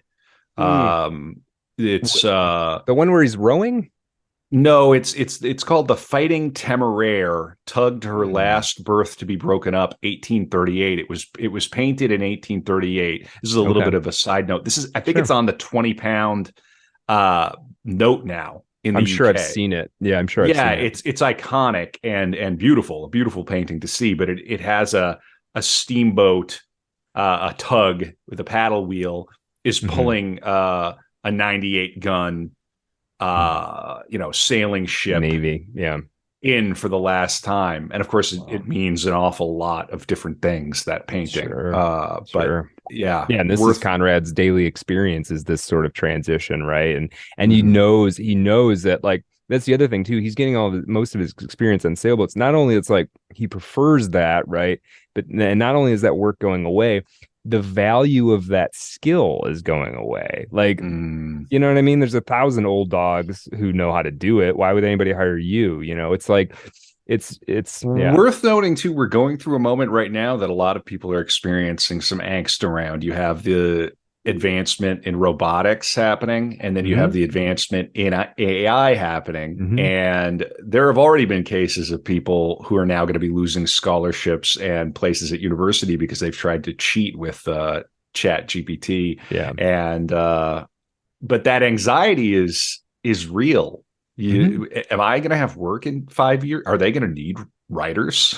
There's a certain amount of, luckily what we do on the podcast can never be replaced. No, there's no AI will ever, Well, in any case, that I just trying to pull people into sort of think about, this stuff is super relevant. I mean, it's Yeah, and it's a kind of a story as old as time in a certain sense. Mm. But you have to think Conrad managed to come out of this and have a certain type of life, but he was around a lot of men who, what happens to you if you were a 30-year-old sailor in 1900? There's not much where to go unless you're clever and lucky. Mm. Um, Now we haven't talked a whole lot about Conrad's writing yet, and part of the reason for that is up until now, he literally hasn't written anything. Right? So he's what we might call a late bloomer. He doesn't do any real kind he doesn't do any writing at all until about 1886, until he's almost 30 years old. And he doesn't take it seriously. He doesn't do anything serious with it until literally he's done sailing effectively. But I want to talk about a couple of his. I think we'll talk about the one he had multiple popular seafaring novels and stories. I think the one that I'm going to talk about now is I feel ridiculous saying it in a way, but the N-word of Narcissus. Yep, we're not going to get into the habit of saying that word on the pod. No, we're just not. Yep, so you don't have to. Yep, but that's what it's called. Yep, the N-word of the Narcissus, and the Narcissus is in quotes because it's the name of a ship, right? Yeah, and just call it the Narcissus novel. Yeah, I think that's what we can do. Now, when it was published in America, finally, it was called The Children of the Sea, which is way less evocative and feels almost meaningless. I get why they did it, but still. I want to talk about this one right now because even though it's fairly early in Conrad's career, it is one that he would refer back to later. I think this is the one where he finally was like, you know what? I might know how to write. Like he wrote something, was actually proud of it and was like, this is actually pretty darn good. Now, a little bit of background, because Conrad never totally fabricated. Almost all of his writing has direct links to stuff that either happened to him or was sailing lore, sort of in the community, the stories that he'd heard. In 1884, Conrad had gotten into some disciplinary trouble because he claimed that this captain that he'd hated had been drunk, and he gets left behind in India. He gets kicked off the ship in India, sort of stranded there. Now, he gets his name somewhat cleared because that ship with this captain who said, I'm not drunk, this captain took off, and 24 hours after they left, they ran aground on the coast of India, and it was clearly the captain's fault. So he was... Yeah, so after that, I was like, maybe Conrad wasn't wrong about that. And his name was Captain Drunky. Right. I'm fine. Yeah. I'm fine. Yeah, that's fine. I can do it. Just leave me alone. Just give me the keys. I could drive.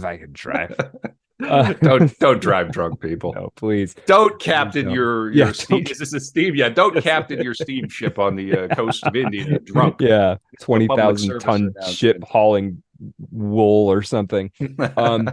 So Conrad's in Bombay, just kind of trying to find a way to get home, basically. And he finds this new ship. And I've got this little piece I want to kind of read from this period. Again, quoting from the biography. And then we're going to talk a little bit more about Narcissus. So this is him actually in his actual life. He's in Bombay. One evening, I'm sorry, hold on a second. Conrad was crossed by once. Yeah, he sees a full rigged iron sailing ship that had come from Wales and was now in Bombay. This is a quote from Conrad. One evening, he was sitting with the other officers of the mercantile marine on the veranda of the sailor's home in Bombay, which overlooks the port, when Conrad saw a lovely ship with all the graces of a yacht come sailing into the harbor. She was the Narcissus, of 1,300 tons, built by a sugar refiner of Greenock 9 years before. Her owner had originally intended her for some undertaking in connection with the Brazilian sugar trade. This had not come off, and subsequently he had decided to employ her in the Indian Ocean and the Far East, right? So this isn't like an actual ship, right? The boat is real. Most of the experiences that Conrad has on the ship, on this ship, are real, and it goes right into the book. Now, okay, what is the book about? The book is about a crew of men who sail out on a ship. A guy comes on board who is the named James Waite. He is the gentleman from the West Indies, the titular gentleman from the West Indies. Immediately takes sick after they leave port. I think they're leaving from Singapore, if I'm not mistaken. There is a near shipwreck. Almost the entire crew is lost. The man who's been sick, James Waite, because he's been so sick, he's been kind of hiding out in this little sort of house on deck. And as the ship gets turned over, he gets trapped, and they sort of they rescue him during the shipwreck. The crew does, right? They all kind of come together and rescue him. Now, even after that, he continues to be sick, and it's not clear. There's a very strong division over whether he's a malingerer or he's actually sick. And James Waite tells different people different things. He tells them like, "Hey, I'm faking this," and he also tells them, "I'm desperately sick. I'm on the verge of death here." And the ship divides into two camps, and then an old sea dog basically says they get stuck in what are called the doldrums. That's where you don't have any wind, right? And you're stuck. And this old sea dog basically says, as soon as that guy dies, the wind will pick up. It's like the superstition that he's sort of expressing to the other people. And then James Waite does die, and the sails fill with wind, and they make it home, right? Now, it's not super eventful in some senses, but there's a couple really good passages that I want to read because we haven't really read much Conrad fiction yet. So I thought this was a good spot to read a couple passages that I quite liked. So this is again from the Narcissus.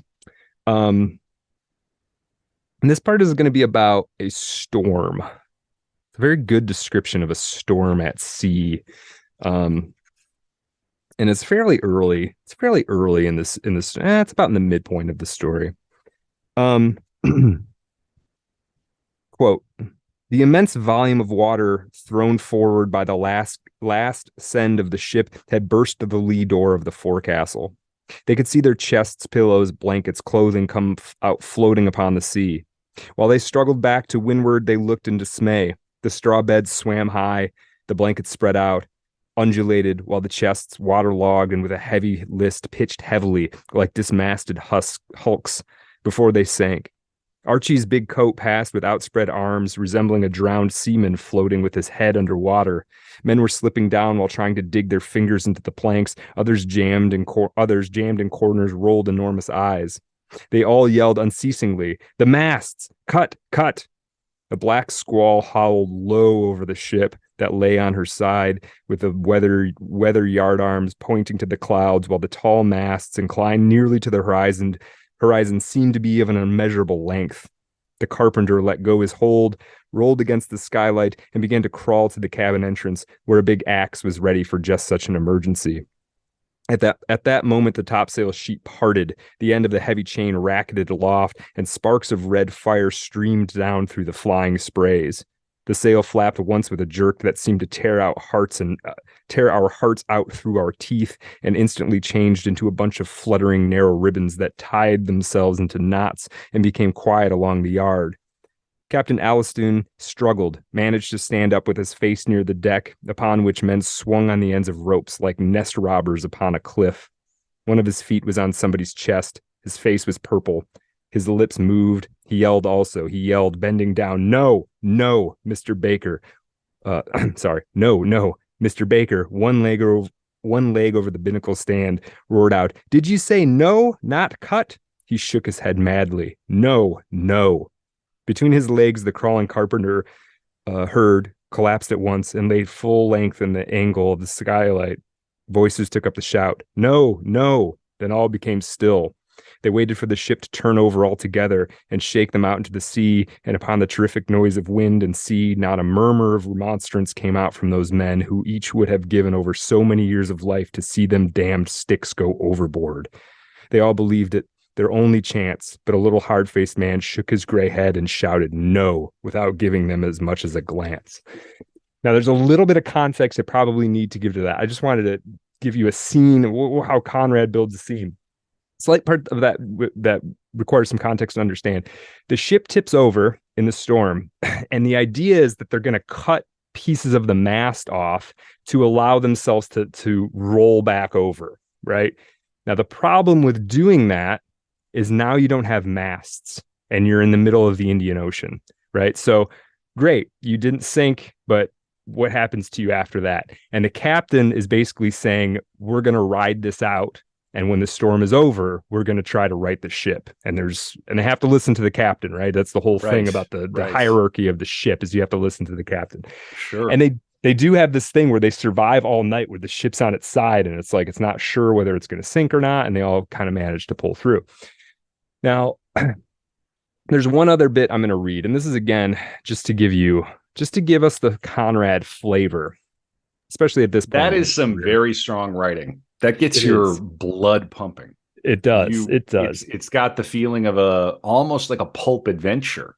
But of course, I'm sure it's surrounded by great prose. It is great prose. There's elevated.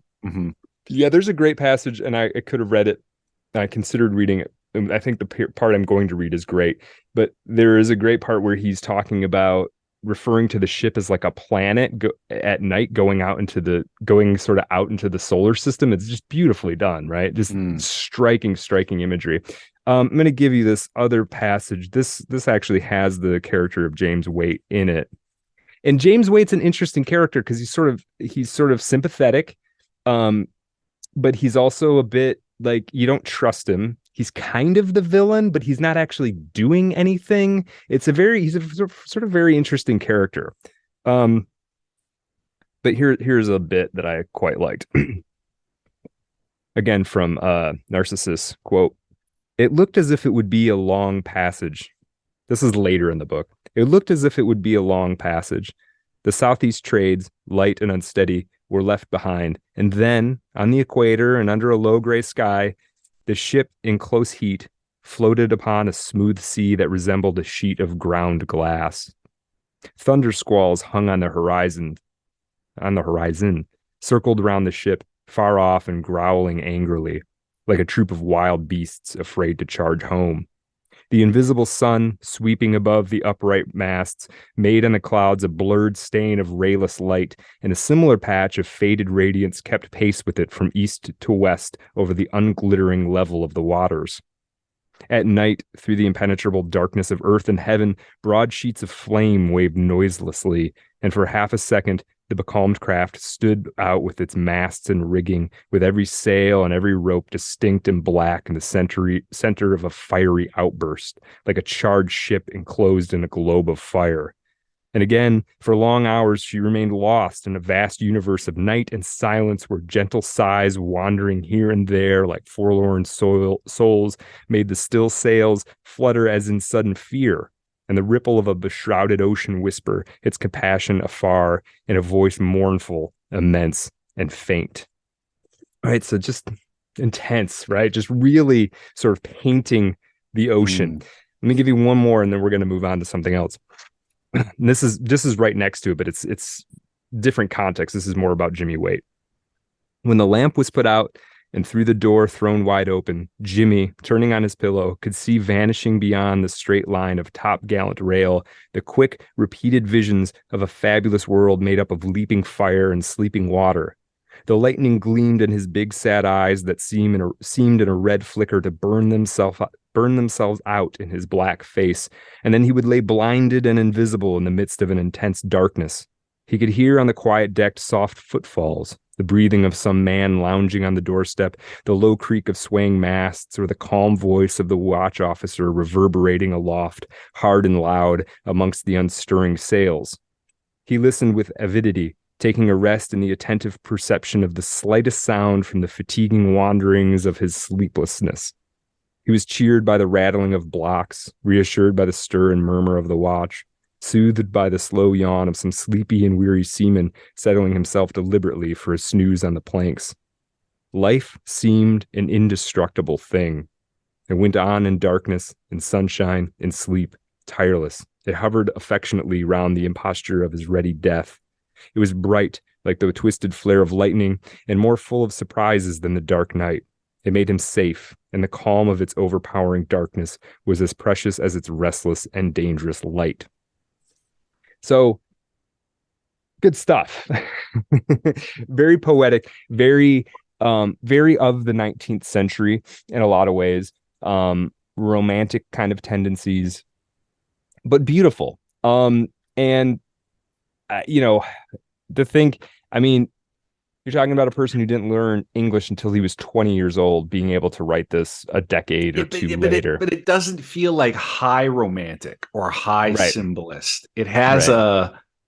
a modern quality, and it Mhm. has a like an immediacy that almost makes it sound like almost again like an adventure novel Mhm. somehow. And even those rhapsodic philosophical passages are they're anchored in stuff you can kind of feel. Life. Yeah. What's that line? Life felt indestructible. Indestructible. Yeah. Yeah. It goes on. Yeah. Something about goes, it continues on in the darkness. Like that's a real, that's a vibe. I understood Yeah. exactly what he meant when he said that in that context. Right. Yeah. Right. And this sort of the Hmm. grammar of the ship, its little movements and tinklings, and it that making life feel kind of real as well in the Hmm. darkness. It's Are all quite of lovely. his paras as like extravagantly long as they tend to be in Heart of Darkness? Kind Where of, are yeah. they? Yeah, he's Yeah. a lover of the 2.5 page paragraph. He really is. Yeah. Yeah. Yeah. Yeah. Which could be a bit of a chore for I think it could be a little off-putting to Yeah. contemporary readers. Yeah. I would agree. I would say that the kind of the what maybe balances that out is that most of his books are quite short. So Mm, like the mm, Narcissus is a book, but man, it's 110 pages, sure. 120 pages, something like that. Yeah. Yeah. Um yeah, so and this is something that he Conrad says about this book. And I do recommend it. I wouldn't put it as my number one Conrad book, but it is good. Quite good. I was quite moved by it. This is what he said about it later. Quote, "It is the book by which, not as a novelist perhaps, but as an artist striving for the utmost sincerity of expression, I am willing to stand or fall." Right. Hmm. So this was a real stake in the ground for him. So kind of back to the biography. Now he doesn't, of course, write this until much after his sailing career, but I figured it was a good enough time to talk a little bit about one of his books. Um, I struggled to kind of know where to begin and end with the sailing stuff because it's 20 years and some of it, is kind of interesting and cool. Some of it sounds boring. Some of it's kind of repetitious. It's like, oh, he took a boat here and then he took a boat there. Okay. It's Um, the ocean. yeah, Still the ocean. it's still the ocean, Still right? the ocean. Hmm. Yeah. So I kind of got just some anecdotes that I think are interesting. So 1884, he's on a 1,500-ton sailing ship to Calcutta from Singapore. Um, he's in port one night along the way. What he calls an able seaman gets struck in the head, becomes delirious, and commits suicide by jumping into the sea. Right, just like a crazy occurrence. After this particular journey, Conrad had apparently performed pretty admirably, and the captain had told him Conrad could always work on his ships. And this was kind of exciting for Conrad. He'd been looking for like a good, something with some stability. He was an adventurer at heart, but man, you still want to kind of know what's going to happen. Uh, Immediately after this trip, this captain who promised them, "Hey, you can work for me forever," this captain immediately fell ill and retired. It's Uh, like every time Conrad gets a chance, it's like, Rats. I'm sorry, Yeah, you're no doing good. luck. Oh, No you're luck. doing yeah, you're doing good as a French sailor. Oh yeah, by the way, you can't do that. You Right, gotta find right, another country. right. Yeah, Um, it's like we'll get the invitation to go on Rogan, and then a week later the aliens will land, and right, they'll make Rogan our leader. right, that's right. Beep He'll boop. forget. Yeah, he'll forget Yep. about us. Joe Yep. Rogan is the yep. Mhm. Yep. Here's another one. So after passing his chief's mate examination, and I looked into these tests. These tests were pretty hard. I mean, there were like written and oral portions. There would be a portion where like some old seaman would basically say would just like verbally lay out a situation to you and be like, "So what would you do?" And then you have to come up with a response, and then they kind of grade you on whether that's, does everybody die or live in that situation? Yeah, right. It's the trolley problem, but a real actual problem. Yes. Yeah, Yeah. exactly. And Yeah, not I got a couple questions from one of these tests that I'm not going to go through all of them, but there's a couple that are pretty interesting. would you shank the mizzen mast, or Right. would you, And he's just like shirt mizzen master. Yeah. the gobbledygook? There's so many parts. I know for some people, I know I have a kind of a weird reading eccentricity. I love that technical language when I don't know what it means. So like I know a lot of people you'd read like the sailing parts, like I don't know what any of this crap is. To me, I'm like, I don't care that I know if I know what it means. Like I find it like Like the poetry of the yeah, there's like yeah every like little subculture has its own sort of it's a dialect. There's a terms of seeming art. Yeah, there yeah, is. Yeah, yes. right. And I just love that. I love seeing that kind of in action, and I don't have to totally understand what it means. Sure. Here's some questions, and this would be the written part. Here's one question from one of these first mates tests. Prepare your ship for rounding the horn in the winter months. And you just have to explain what you do. Here's another one. You are totally dismasted and consequently quite unmanageable. What will you do to keep the ship from foundering by the sea, striking her astern or amidships? So, Kevin, if you've got a good answer to any of these, just let me know. You're gonna want to hunker down, right? and rejigger Right. Yes. the ballast. Yes. I think you can pass. That's okay. .com. Here's another one. This is the last one I'll give you. You are taking your ship up a river and are forced by an ebb tide on a reef of rocks. All attempt to get spars over, as shores, are rendered futile by the rapidity of the current. And in defiance of all efforts to the contrary, the ship falls over 22 degrees. The usual preparations are made by battening down the hatchways, but owing to a defect in the chain pumps, the water gains upon the ship and she falls over and remains at an angle of 45 degrees. How will you endeavor to raise her? I would find the guy behind the chain pumps and kill him and his entire family. Yeah, I'd start making some threats. I'd start looking for who's liable. Yeah, right. I'd call our show's lawyer, Dan Baltic, and I'd have him put in some strongly worded letters. Right. I just love this. Like I don't even understand what the problem is. Like I read that and I couldn't I couldn't explain to you. I assume tilted. Is it falling toward or away? I assume away. I don't have no idea. It seems like away. Yeah, and I don't know what a chain I mean, I know what a chain and a pump are, but I don't really know exactly what you mean when you put them together. Like, yeah, it's very so anyway, Conrad within a system where you'd get asked questions like that became a captain. Again, he didn't captain much, but he was certified to do so. I mean, even if you technically are qualified as a captain, you go around looking for jobs. There's not as many captain's jobs as there are, mate, various chief mate, first mate, all of these things. So that's typically how he worked. Now let me give you couple more anecdotes on the sailing stuff, and then we're going to move into sort of another phase of his life. There was one thing that I thought was funny. This is just humorous. Apparently, if you were working in the maritime trades in this time, the single most important word that anyone could put on your letter of recommendation, because when you went to get another job, ideally you'd have a letter of recommendation from the previous captain. And if it did not say the word sober on it, there was no chance you were getting a job. Wrecked. It was literally one of those things where it was like, yes, he saved everyone's life in the, in a storm, the likes of which we've never seen. And but was he sober? Bit of a drinker. A drinker. Sorry. You're gonna have to go dig ditches. I just thought that was quite funny. And drink like a sailor is a common expression. Oh, yeah. And based on Conrad's experience, though there's no documentation of him being a drinker, it makes me think that the drinking was primarily because they were bored.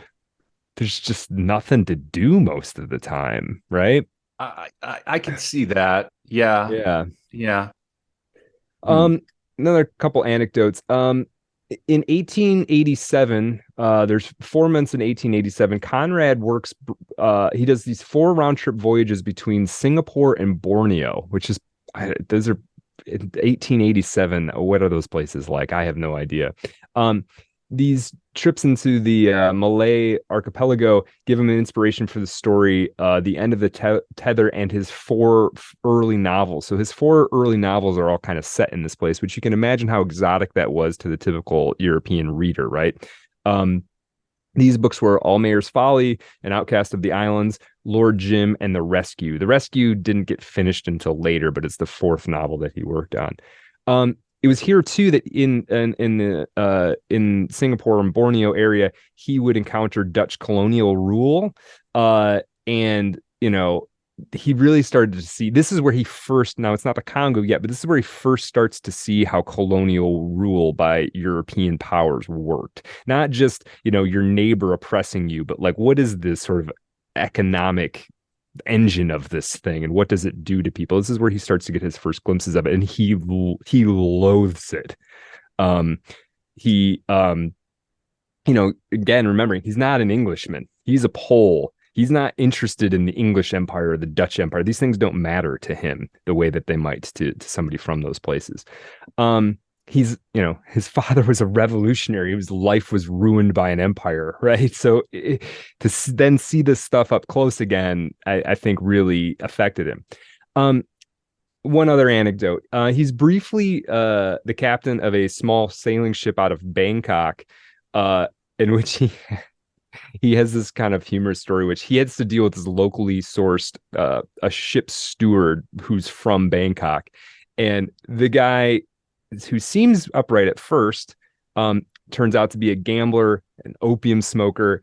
And after he steals all of Conrad's entire life savings, Conrad refers to him as a first-class sprinter.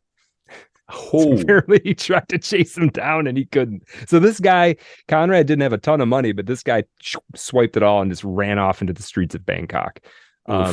So not good. Conrad once again losing all of his money, which would happen a handful of times in his life. Okay.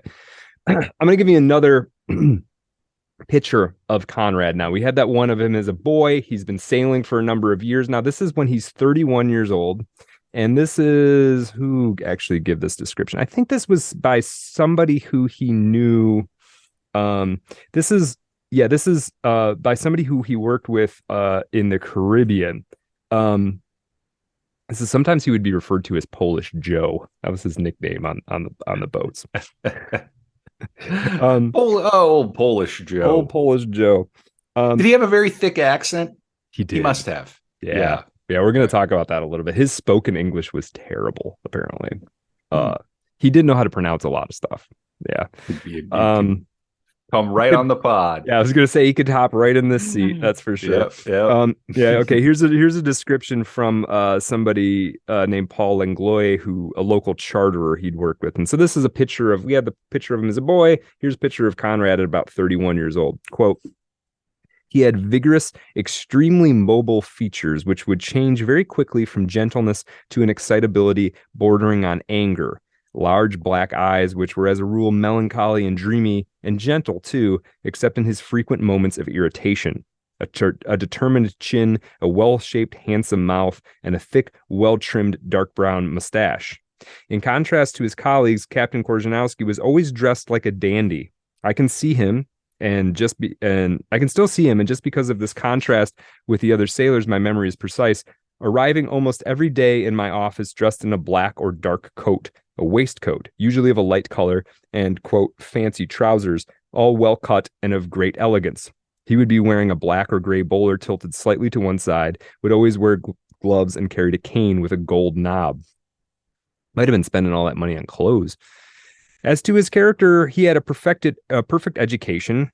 He did not have a perfect education. He was self-taught primarily. He must have faked it. Yeah. Probably. Yeah. Well, he was obviously a very smart fellow. Yeah, I don't think there's any way to dispute that he's clearly a brilliant person, right? He had a perfect education and a varied and interesting fund of conversation when he was in the mood, which was not always. He who was to become famous under the name of Joseph Conrad was often enough very taciturn and irritable. On such days, he would have a nervous tick in the shoulder and eyes. Anything unexpected, something falling on the floor, the slam of the door would make him jump. He was what one would call a neurasthenic. In those days, one spoke of nerves. So he had like a nervous thing. He was a nervous guy. He was jumpy, sort of, irritable, friendly and kind generally, but, maybe not a person that always wanted to be around other people. And I'm sorry, I think I said that was in the Caribbean. That was in Mauritius, that he met this guy. Now he ends up, because he does this captaining, these trips in Singapore, and he's in the Malaysian area generally. He spends some time on land here, and he does actually try, for the first time in documented Conrad history, he tries to court some women. And Conrad's relationship with women is interesting. Like we said, there's nothing recorded of him. I mean, he's 31 years old at this time. We have no documentation that he has had sex of any kind. Nothing in his letters. So he's either very, very private about it, like incredibly private about it, which is a possibility, or he literally just didn't put himself out there in that manner, right? As we say now. The first record of him trying to really court somebody is he's literally 31 years old. And there's some daughters of Europeans within the shipping industry who are in Mauritius. And even the women that he tries to court, they're interesting choices. And I'm going to tell you why. So we're going to quickly, just briefly, get Conrad's description of the first woman that he ever courted. He's 31, she's 17. This woman's named Alice Shaw. Her father works in the shipping industry in some capacity. And you'll see why I think his relationship to women is strange. And then we'll see it even more so when we meet Conrad's wife. So Conrad, quote, this is from the Jeffrey Myers biography again. Conrad wrote in his Mauritius story, quote, seduced by the moody expression of Alice Shaw's face, by her obstinate silence and her rare, scornful words. That's what he liked about her. She had obstinate silences, a moody expression, and she didn't say much, but when she did, it was scornful. She's a very stern woman. Yeah, a very severe woman. Right. This is apparently what got Conrad worked up. Okay. Cool. Okay. So now we're getting close to the end of his sailing life. 1889, Conrad is 32. He decides that he's going to start writing a book. He's going to start writing this book that would later become Almayer's Folly. We're not going to talk about Almayer's Folly in depth, other than to say this is basically the first major writing project that he has.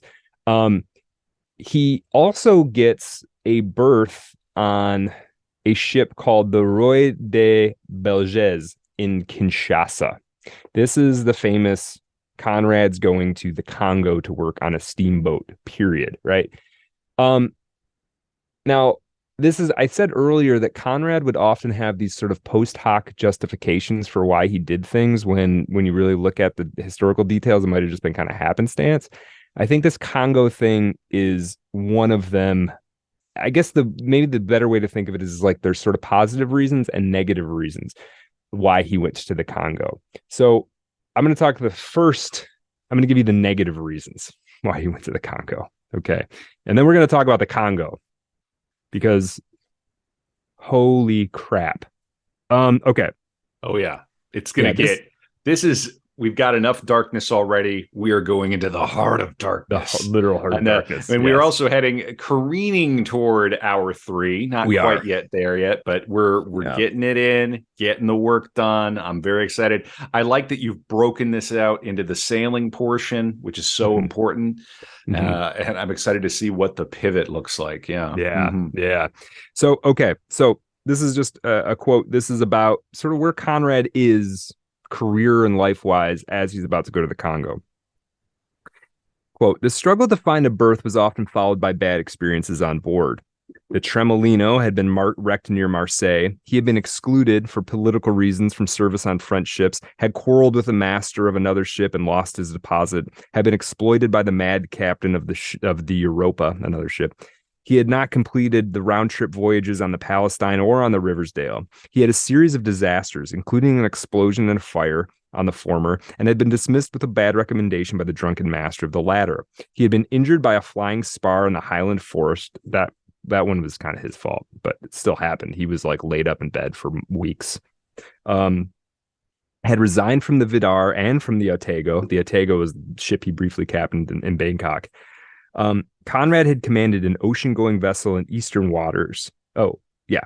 But now, under adverse conditions, he had to seek humble employment as a captain of a decrepit 15-ton freshwater steamer, which he called a sluggish beetle on an uncharted and perilous river in the middle of Africa.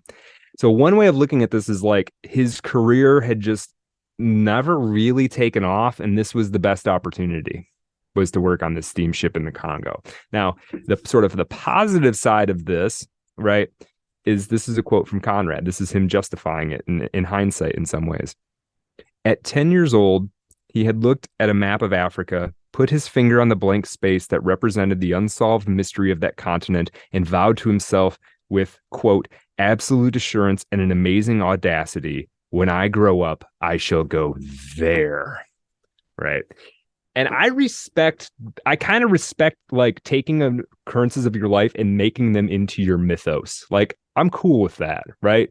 Like, if you got to go out, he's going into literally the darkest heart of Africa on purpose. So yeah. We're going to do Bukowski this year. It's another example of a man who made his own myth and a man who was conscious of doing it and set out to do it and was pretty cynical about it. Right. There's a great Bukowski story, not to derail, but there's a great Bukowski story where he wrote a poem. It's in the documentary. He wrote a poem and somebody came up to him afterwards and said, that's not how it was at all. You made me out to look like an ass. You know, you were a mess. And Bukowski was like, baby, I'm always the hero of my own shit. Right. And take that to heart. Yeah. Absolutely. Now, there's some things about this trip to the Congo. He gets help, and there are all kinds of things that line up with the book Heart of Darkness. You may remember, Kevin, if you've read this. Yeah, this is fairly early. Marlowe says something about like, I had to go to the women to help me find work. Conrad actually had to do this. So Conrad had a distant relative who is this cousin who had like fought in the Polish uprisings and like escaped to Brussels and then married this beautiful young woman who happened to be the niece of the doctor who tried to treat Van Gogh when Van Gogh killed himself. Right. So point is, Conrad has this young wife of a distant cousin who he sort of falls in love with, who helps him get this job. You know, so he calls her aunt. She's not that much older than him and certainly not related to him by blood. She helps him get this berth on the Congo because she's very influential. She's one of these sort of high society women. Anyway, the position that he takes over on this steamship, this riverboat, is because the captain was dead. Now, imagine you were going to take a job in a foreign country you knew very little about, and they said, there's a job opening because the guy died there. Yeah. You know, it's funny. I was thinking what would happen if one of us were to croak. And I maybe on the pod we can say right now, and maybe you disagree, Brad. I was just recently thinking this in Insala, you know, Father, Son, Holy Spirit, nothing will happen to us. But I don't know that this is a Led Zeppelin situation. What's that? Where the show continues on? Where it doesn't, where the band breaks up because John Bonham chokes on his own vomit, or whatever. Like, the machine elves carry you away one day, Brad. Right. What do you? Because part of me, my heart will go on. Like if I was to pass away, as horrible as that sounds, one, you have to wait a year and a day to cover me, and two, I would hope that you would find another co-host and continue on. Yeah, I think I probably would eventually. You have to regroup a little bit. I would Yeah, certainly do the Kevin Kautzman episode. That would happen. right. Yeah, Um, I'm just gonna yeah. write a few names of people that I never want you to talk with. Um, and maybe there's some contractual Right. obligations that we have to quickly gotta call Dan Baltic again. Right. Call, Yeah. oh man, I need so many lawyers, more Patreon money, please. We gotta pay Yeah. the Yeah. lawyers. It's getting But no, expensive. yeah, and Yeah. I'm just going to say on the record, on the main episode, on a core episode, God forbid something was to happen, it wouldn't be the same show. But I think Mhm. that Art of Darkness should go on if one, God forbid. That's all. I'm on board with that. I'd be cool Yep. for the roles are reversed. Keep Yep. it going. Yeah. Keep it going. It would be really hard because the training to replace Brad Kelly would be severe. I don't need. Yeah. Well, I don't think either of us. It would be a different show for sure. It would be a One of different us went. show. Absolutely. In any case, Yeah. let's just not put the Maluk on ourselves, not to put the evil eye on us. We're going to be fine. But it's just something I'm thinking about. Yes, and whoever, you don't want to be like the drummers in Spinal Tap. The last guy, he just died in turned the bathtub. Yeah. Yeah, What was right. that? Spinal Tap. There was just a green little blob left on the stool, like spontaneously combusted or something. But this stuff with Conrad, this is no joke. I mean, Yeah. literally, like you're going into Yeah, it'd be like going to the moon. It would be yeah, like going yeah. to the moon. It really Yeah. is. And the former captain, I don't know if I even have it in my notes here, but the former captain had died in a dispute with the native population as well. Like he'd got, right? And so this is the guy you're replacing. So this is a ballsy thing to do, to take this job. There's it is. no It's doubt heroic about it. and intense. Mhm. And Yeah. So now, okay. Now, in order to understand what Conrad went through and to understand Heart of Darkness, we really have to understand what was going on in the Congo around the turn of the century.